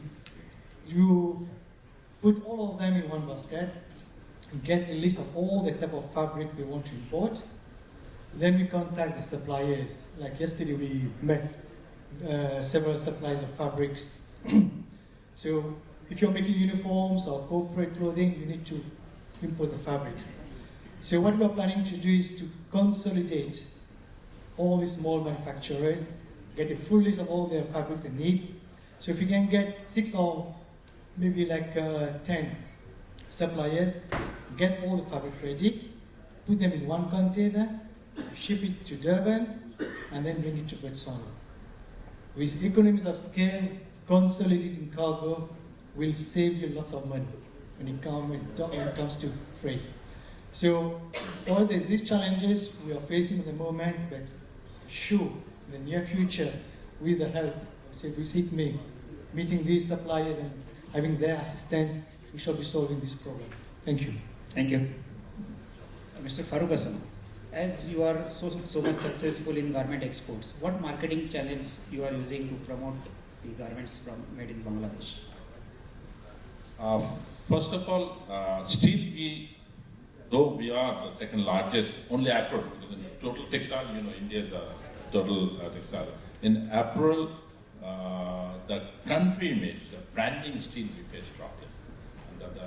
Because the brand Bangladesh, still we had some negative image in the world. And that's why to go value-added item, to go higher price item, though we are producing very high-end garment, very high-end product we are producing, but the brands, the buyers are not ready to pay higher prices. I'm not talking about our prices, the product prices, because of the image, the brand problem, country's problem. So that's the area we are working, and it's not easy. As I said, that for Bangladesh, it's not easy. I mean, country like India have a lot of advantage. You have your machine, you have your chemical, dyes, cotton, everything. Plus, you have people abroad who are in a top position. So it's very, I will not say easy, it's easy for us. It is very difficult. And I believe that to grow farther, we have to make our industry more sustainable. And at the beginning, I said that regional cooperation is must among everybody. I mean, there is a market share in one time, 30 years back, 75% of the textile used to produce in the Western world. Yeah. Now 75% produce in this part of here. So still more than $150 billion dollars worth of apparel and textile are producing in the Western world. So we together can get this business to here. And every country has some strength. India has a strength of their own raw materials, own product. And we strongly believe, and you will see that every dollar of our export, India's contribution is there. Yeah. Either cotton or yarn or fabric or dyes or chemical or machinery, anything. Right. So which means $100 export from Bangladesh is at least $15 export from India. Right. So you should cooperate us. And also India has the advantage of from cotton ginning to the finished product. Design, fashion, and man-made fiber. Another area is man-made fiber. We don't have man-made fiber facilities. One unit is coming up. One unit is coming up in your country for man-made fiber. But that is going to be very small. And 600. Still India also doesn't have we are require a lot of spandex yarn. And Bangladesh doesn't have one unit of spandex yarn. Still the Koreans and Taiwanese are dominating that. Right. Vietnam have few units. Even India doesn't have proper No, spandex. we don't. I don't know why we are not having this spandex yarn and so. And with Turkey, we also buy a lot of chemicals from Turkey. We are buying some machineries. And I believe their efficiency productivity is very high. I remember a year back I bought for my fabric dyeing factory the auto dispensing unit for auto dispensing of dyes and chemical. And to set up that one, there is a four Turkish technician came, a plumber, electrician and a mechanic. And the piping and electrical work I've done in 4 days. And my people, when I taken this from my people, they said 50 people will require for 30 days. And they have come there. So that's why efficiency is there. But another point is that during now, the sourcing pattern have been changed in the open and free economy. There also is there. Like my friend, colleague is there. When we import machinery or chemical and everything, we import either 1% almost duty free. Yeah. When we export garments to them, they're charging 20%. and protectionism doesn't help. Ultimately, globally, I don't know how much export they have increased. I don't know globally in last 10 years they have put a restriction on us because as per the European Union law, because they wanted to go to European Union, they have to follow all the European Union law, which means they have to provide the duty free. And we used to enjoy the duty free access, but unfortunately, 8-10 years back, they have imposed the duty, and our export from $800 million now it is $200 million because of the huge duty. Anyway, but we are importing. We are increasing our import because we believe this is an open and free economy, and we should cooperate each other. And whatever strength, whoever have the strength, we should bring, we should import. And our strength, we should export. So that's the free economy's sense. Perfect. Now, last question. In one word, you have to say, if at all India has to improve, it should be in what? I will start with Mr. Venuprasad. One thing in which India should improve upon. What is that? Good one. There's an economic term called path dependency. I think Indian industry is overly dependent on certain paths to succeed. And I think Ketanji had mentioned it. And I think, again, just getting back to what Mr. Farooq Hassan said. Yeah. They have succeeded without government support. I think Indian industry's path dependency overly has been on government support, or at least that expectation. Lately. Well, I don't know how old you are, but 33 years. I've seen it for about the better part of 30 years, and there is a path dependency. So if we can get rid of that, I think we can succeed very well. Thank you. Mr. Krishna? What we've just said all together, I think we have to continue on the partnership. We keep sharing our expertise. Like I said earlier, what we know, we share with you. What you know, you share with us. So we continue to share our knowledge, expertise, and technology, what we have. Perfect. Thank you. Thank you. Mr. Harishan.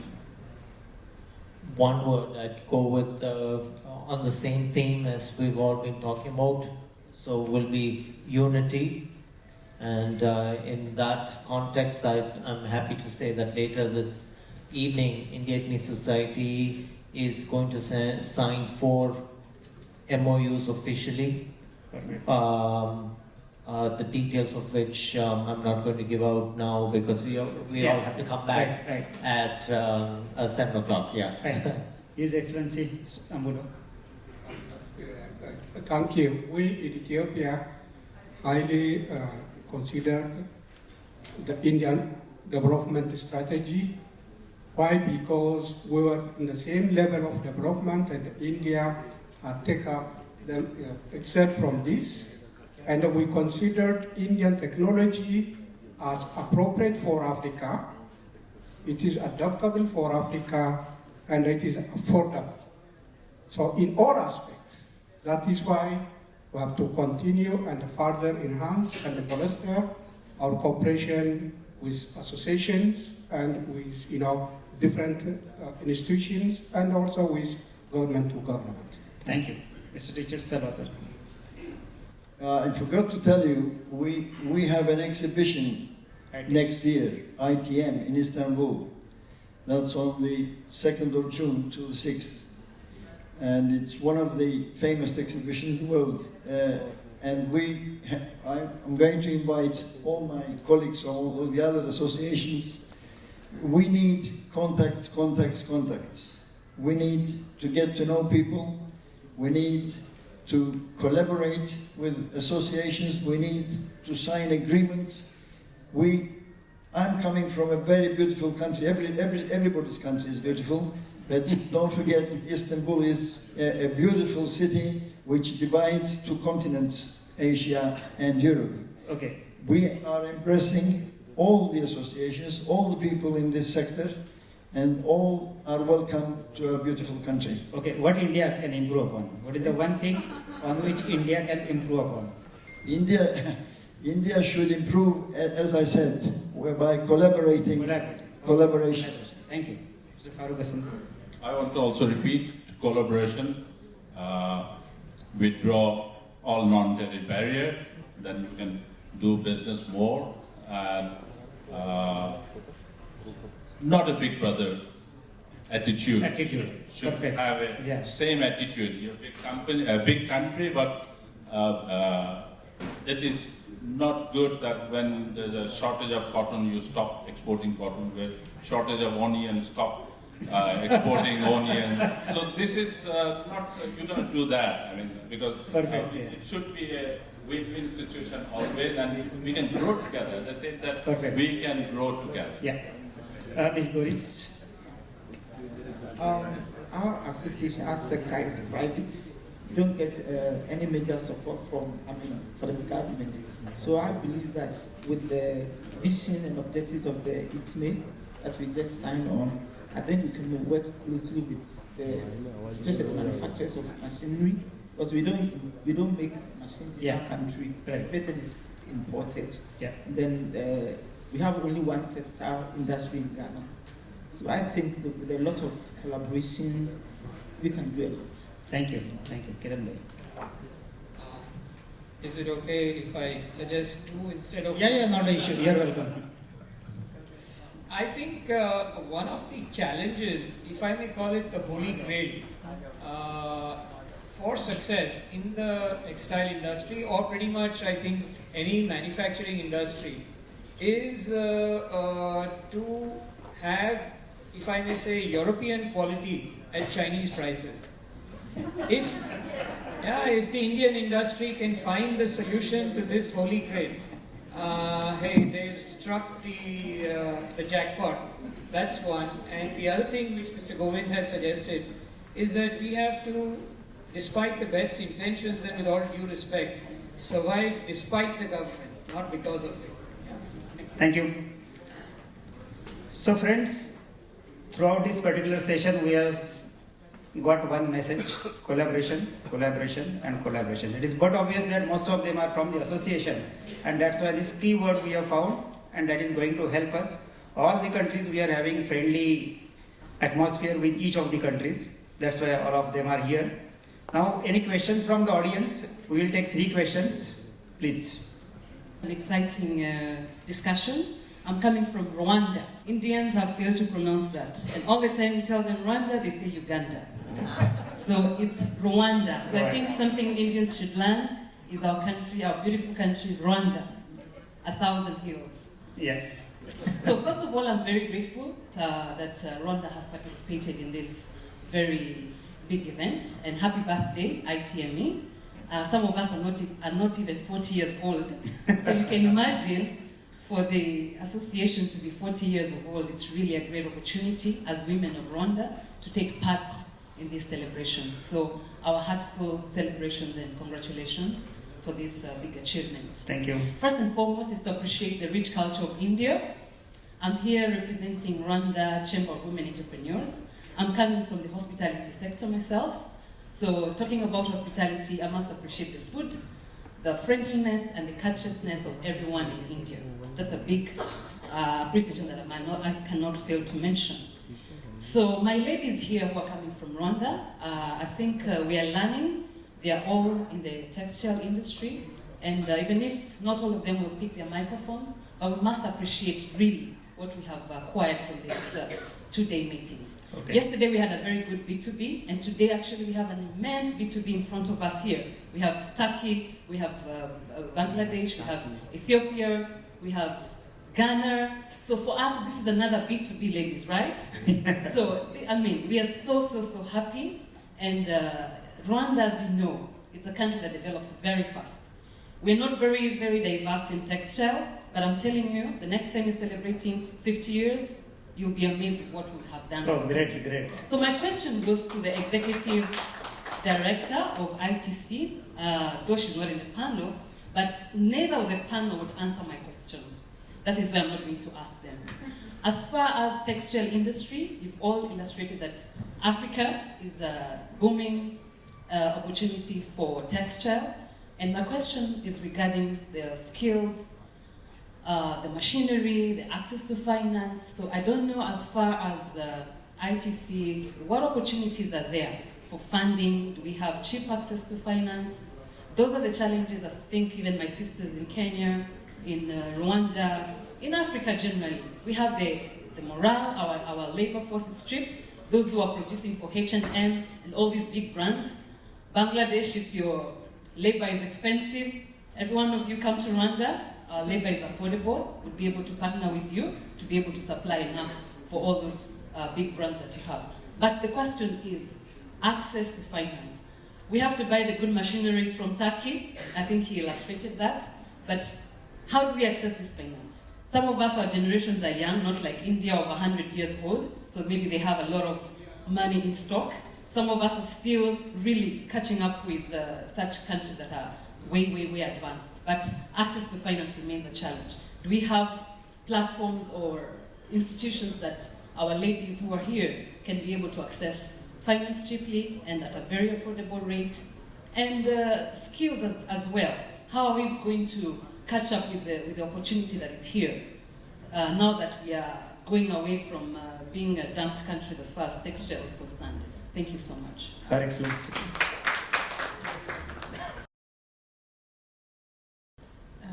Thank you very much. I think a very pertinent question being raised there. And indeed, as you rightly put forward, Rwanda is one of those countries that is very dynamic and really wants to get there. I perhaps not going too much into detail because we can have a bilateral conversation on this. But first and foremost, we are a technical assistance agency. We are not a funder or a financial institution that gives funding. But we do recognize that this is a very integral part of any success for many of the countries that we are working with. And we have isolated that particular issue and tried to find ways and means in which we can contribute to supporting efforts going towards ensuring that the small players can actually access the funding. The first point I would say is that our findings are that there's a lot of funding available. It's the cost at which it comes and the accompanying demands of the different institutions. A large part of this has to do with the fact that the financing comes through the financial or the banking sector. And they're a business. They are not going to give you money for free. So the first point should be for us to find innovative ways of enabling the smaller players to access funding in very innovative ways that enable them to be active participants. And here we have been collaborating with different strategic partners to try and find ways and means of addressing this particular issue. We also have had instances where we have very specific country projects being put in place that give availability to resources to some of the smaller players. I give a quick example of this is the work we're doing with the European Union in the context of the Gambia, where there's a specific target on generating youth employment. And within that context, there was a proportion of the resources that was provided to small entities through a grant that was being provided. But we wanted to make sure that there's ownership assumption as well. I think just giving money out and people thinking they can have access to free money, the commitment is not there really. So we had to find ways of doing this. And part of what we have done is to make sure that we are ensuring that there's a good proposal being put on the table, and that there's an understanding that there should be a progressive assumption of ownership on the part of the small players, which will give them accessibility to additional funding in mini loans form.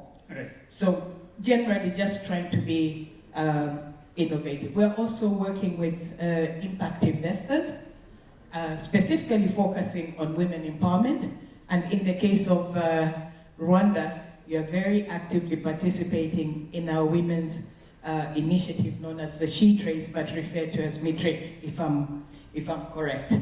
And it starts also in the context of the project we are undertaking with the support of DFID.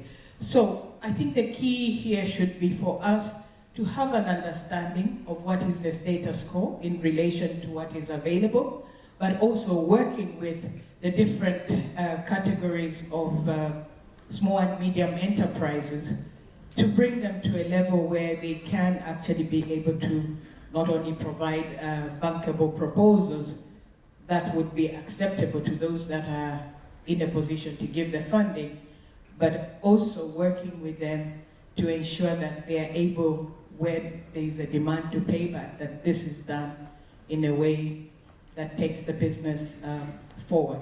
So we can have some additional conversation if you would like, just for us to give you a bit more detail in terms of what we can specifically do with Rwanda. Thank you. Thank you very much, madam. Next question, please. Yes. Good afternoon, everybody. Thank you. Sorry, it seems we've come from Africa to talk about Africa. Yes, I talked about Rwanda and other things and the finance. I tend to go that way, so I hope the Indians will not stone us. We've always been friends. Last time I arrived in India was in 1987, and I'm very happy with you. Some of my friends married from India, so don't worry, we are very good friends. A very first one, and I will think Ethiopia may not have to answer this. For information, sir, I worked in Bada University, so I'm very happy when I see some of the things that Ethiopia do as a country. If you may not know, they may have come from Ethiopian Institute of Textile, where Adisu was working, and I was the senior most professor there. But you know Ethiopia, you work through your scientific director, so all my views were there, and I'm very happy about that. Now this goes to Ghana and Botswana. I always ask myself, you keep on asking for foreigners to come and invest in your country, and you cannot, as a government, invest in your own country. For example, you have oil in Ghana. Why can't you sit down and just make a plant to make the man-made fiber and supply the whole of Africa? Yeah. You will employ all your youth, and there will be no problem.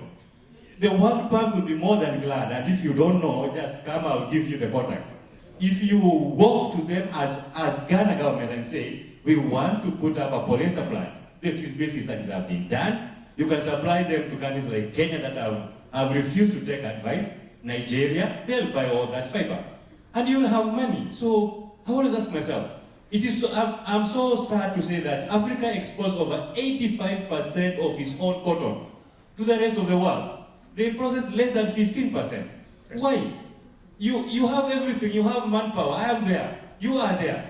It is not brain surgeon, as my friend has put it. It's a very simple thing. You just put some yarn together, and you put some dyes together, and you dress your own people. You import more than 60% of your own garments. I mean, it is just so logical, I wonder why. So can the African, or can maybe Ghana answer this? Sorry, madam, I'm not attacking you, but can you just explain to us, why can't you just invest in your own country as a government? Even the World Bank has stopped that opium of saying that government should not do business. They stopped it because they realized that was rubbish, it was not working. China told them, Malaysia told them, Bangladesh told them, and slowly they have said no. You have to go back and invest in your own country. That's why Rivertex, we convince the government, nobody is going to build a factory in Kenya unless you build one. That's why they have gone and now they are working on Rivertex. We want to show it as an example that business can be done in Africa. So please, Ghana, can you just make maybe one or two words? Thank you. Thank you. Thank you very much. I think you've said it all, but let me explain this to you. You know, Ghana, we had our independence in 1957. Just recently that we went into oil, we started getting oil in large quantity. And you know that in every situation or every country, you have a lot of challenges in one way or the other. So something like cotton as a basis for textiles. You know, we grow small quantity, and now the government is embarking on planting for food. So it's something that, we are all doing, but on the large scale, no. And when it comes to investing in our own country, there are a lot of things that we do, and then we work, because you need to work with other countries as well. Some people need our services in one way, and we need some in another way. So like the Chinese, as you said, most of them have invested in terms of construction, road buildings and other things. And we import from textiles from them because we don't grow a lot of cotton. That's why we do that sometimes. I hope you understand better. We can't do it all. We have to start from somewhere. As we signed the agreement on ITME, I saw that when it comes to manufacturing of machinery, we don't do that. But gradually, I know it will come on board. Because when we start importing machinery, we expand our textile industry because AGI is private, made up of private companies. So I know eventually, let's say in about 5-10 years, if you are all alive, you see what will happen to Ghana. That's what I can. You wanted to add something? Yes, I'm also from Ghana, and I wanted to add to the question you just asked. As she was speaking, she mentioned that government has started the 1D, 1F initiative. That is one district, one factory initiative that has started. As I'm talking to you now, about 54 factories have been established in the last 2 years. And it is government's policy to have a factory in each district of the country. You are right. If successive government have started, we wouldn't have been where we are. But there is a starting point, so we have started. Thank you. Thank you. You wanted to say something? Thank you very much. I am Gemma from Botswana. Though the question was not so specific to Botswana, but I think I'll take it around the same question that you asked her. You may recall that Botswana gained independence in 1966 with only a tarred road of 10 kilometers. And if you go back to the history of Botswana, the government used a lot of resources that we gained from the diamonds to reinvest and develop the country. I like what you said, that reliance on government support does not necessarily mean that the industry can progress. When the textile industry started in Botswana, there was what we call as the duty credit certificate scheme, which later on was remodeled into the textile and clothing industrial plan. Both of these, the moment they were stopped by the government, all the textile companies closed down. So it's not like the government is not doing enough in investing in the country. Right now, so many of the companies that are in Botswana, of course we have a very small industrial base in Botswana. She talked about it at the beginning, issues about competitive advantage or the SMMEs in Botswana. The government built a lot of factory shells. A number of companies right now that are doing diamond beneficiation in Botswana, it was through the government investment. So sometimes, of course, government can push industries towards investing, but it doesn't necessarily mean that that is going to be a success story. We believe in a free economy where companies are allowed to come into Botswana and invest. And we try and discourage, like he said, reliance on the government, because that is what pulled down the textile and clothing sector, because they relied too much on the government such that when the schemes were stopped, they all moved out of the country. Okay, thank you very much. Now I request Mr. Ketan Sangvi to give vote of thanks. Thank you, Mr. Avinash. Ladies and gentlemen, dignitaries on the dais, once again, I think it's been a very interesting session. The morning session, I think, was enjoyed by everybody. And after a heavy lunch, I think everybody was a little skeptical as to, are we going to doze through this session or are we going to enjoy?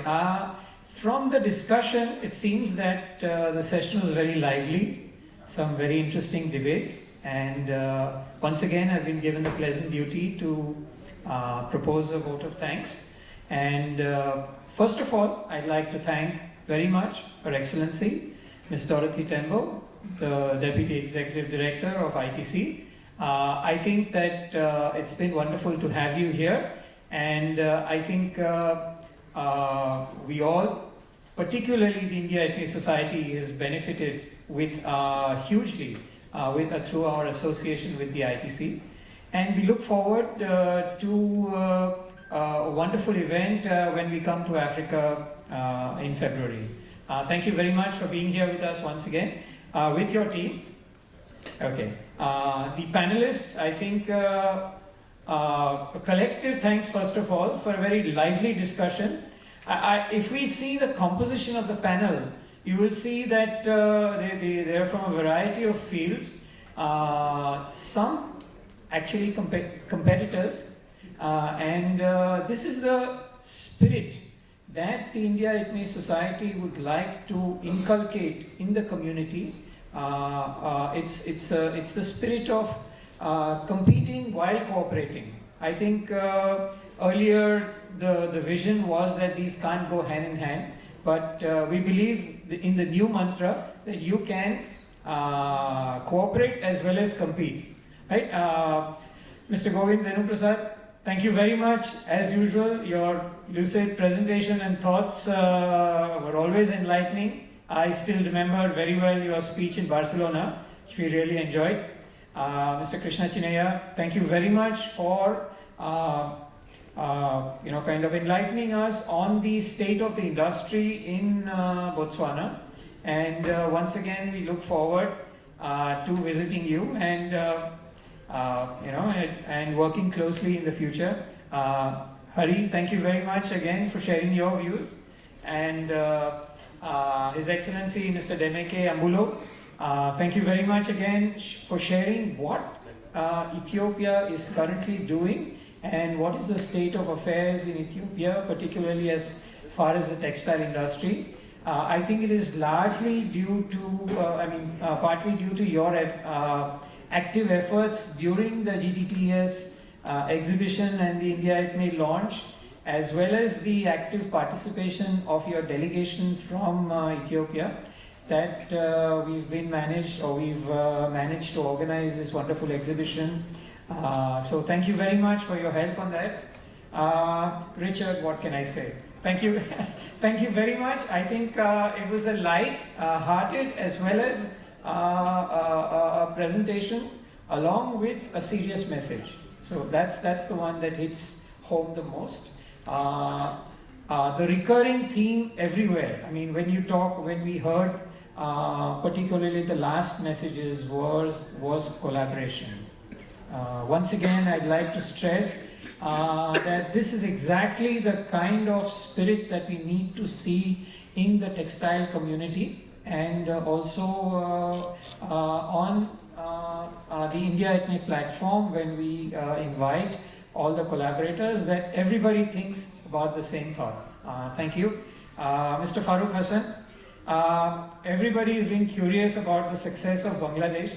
So I think you've probably been very, very important in sharing some of the points. I hope some of the garment exporters out here were taking some notes. So we look forward to, and we admire, I think, the tenacity of Bangladesh to hold on to their channel of the garment industry, and for excelling in that. Ms. Dorothy Tembo. We met briefly during our visit to Ghana, and thank you very much for coming down and sharing the state of the industry in Ghana. We understand that in many parts of Africa, as a lot of the people out here have mentioned, there is immense potential for doing lots and lots of work. I think, as Govind and rightly put it, that Africa is the last big frontier, and we all look forward to the progress of the various countries. What struck me during a brief visit to Africa was the immense diversity. Different countries, different requirements, different languages. There's enough for everybody. So I think it's going to be, we look forward to a very productive visit. Also, Avinash, thank you for selecting questions, very, very appropriate to the participants, and moderating this discussion. Once again, on behalf of our chairman, Mr. S. Harishankar, Ms. Seema, our Executive Director, and the team at India ITME Society, I'd like to thank all of you all present for minimizing the snoring and sitting nicely through the presentation. I hope some of you all at least were paying attention. I see some of the people in the front row definitely were. Thank you, ma'am, the lady from Rwanda. Yeah, I hope I got that correctly. Along with the rest of the team, I think it's been really nice of you all to attend, and we hope that you all did achieve some of your objectives of meeting people during the B2B, and we hope that you all benefit from that. Yeah. Thank you very much again, once again, ladies and gentlemen from the industry and the doyens of the industry. Thank you very much for being with us. We have a small formality still remaining, and I'll hand it over to Seema. Thank you so much, Mr. Sanvi, for that vote of thanks, and continuing the vote of thanks. He did the word part, I'll do the action part. Requesting Chairman and Honorary Treasurer to give a small token of appreciation and thanks to Mr. Govind Prasad for joining us here today at this panel discussion. So this token is only for this panel discussion. I have a lot of other thanks to give to you.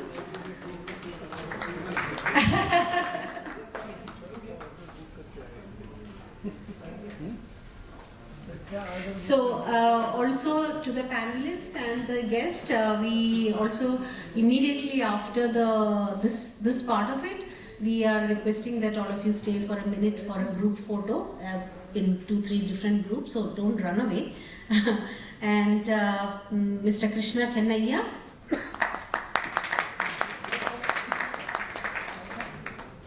A big thanks for your support in our program in Botswana, and also taking your time to come and join this event.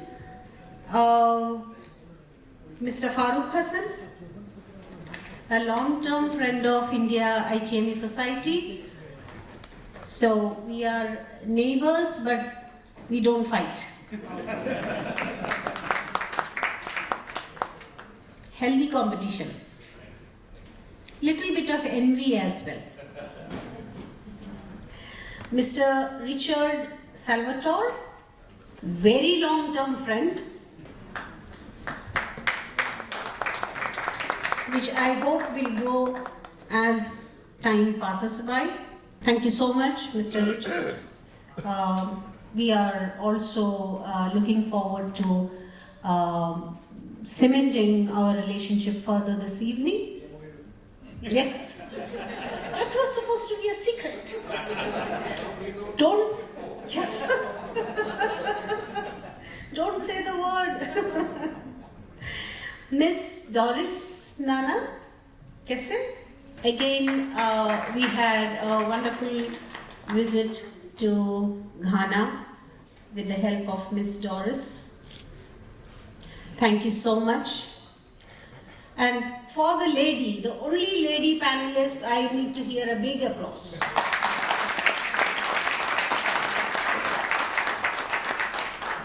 Excellency, Mr. Demeke, he keeps reminding me that Ethiopia is your best friend every time.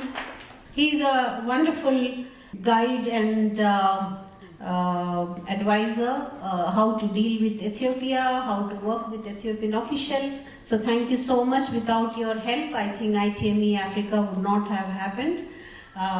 Whenever I'm confused, I run to him or message him, and he will say, oh, this is how you should do it. So more than, he truly represents his country. But apart from this panel discussion, other than that also, sir, thank you for being that support. Thank you. How can we forget Mr. Avinash Maiker? Yes, you are part of India ITME Society. So thank you for being part of India ITME Society. Thank you very much. Avinash and his team helped us a lot to organize this 3-day program, the 40th year, the panel discussions and various sessions. So that also belongs to your team. Oh, yes. Yeah. Thank you so much, and please can we have some memorable pictures with all of you, not just the panelists, so we may have them first. Sorry, so we have a lot of gifts today. So we have something from Ghana. This is truly a program for cooperation, collaboration and comradeship.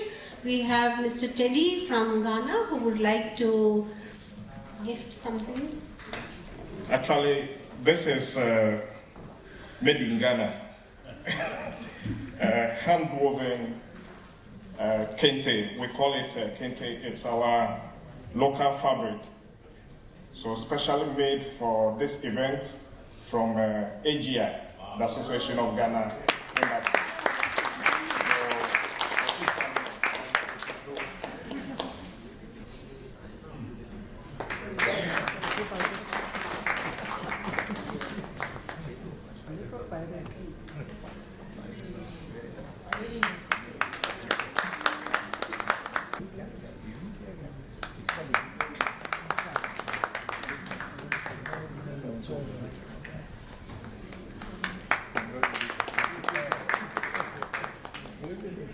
India ITME Society really appreciates this gesture. I think it is very, very generous and very elegant. Yeah, thank you so much.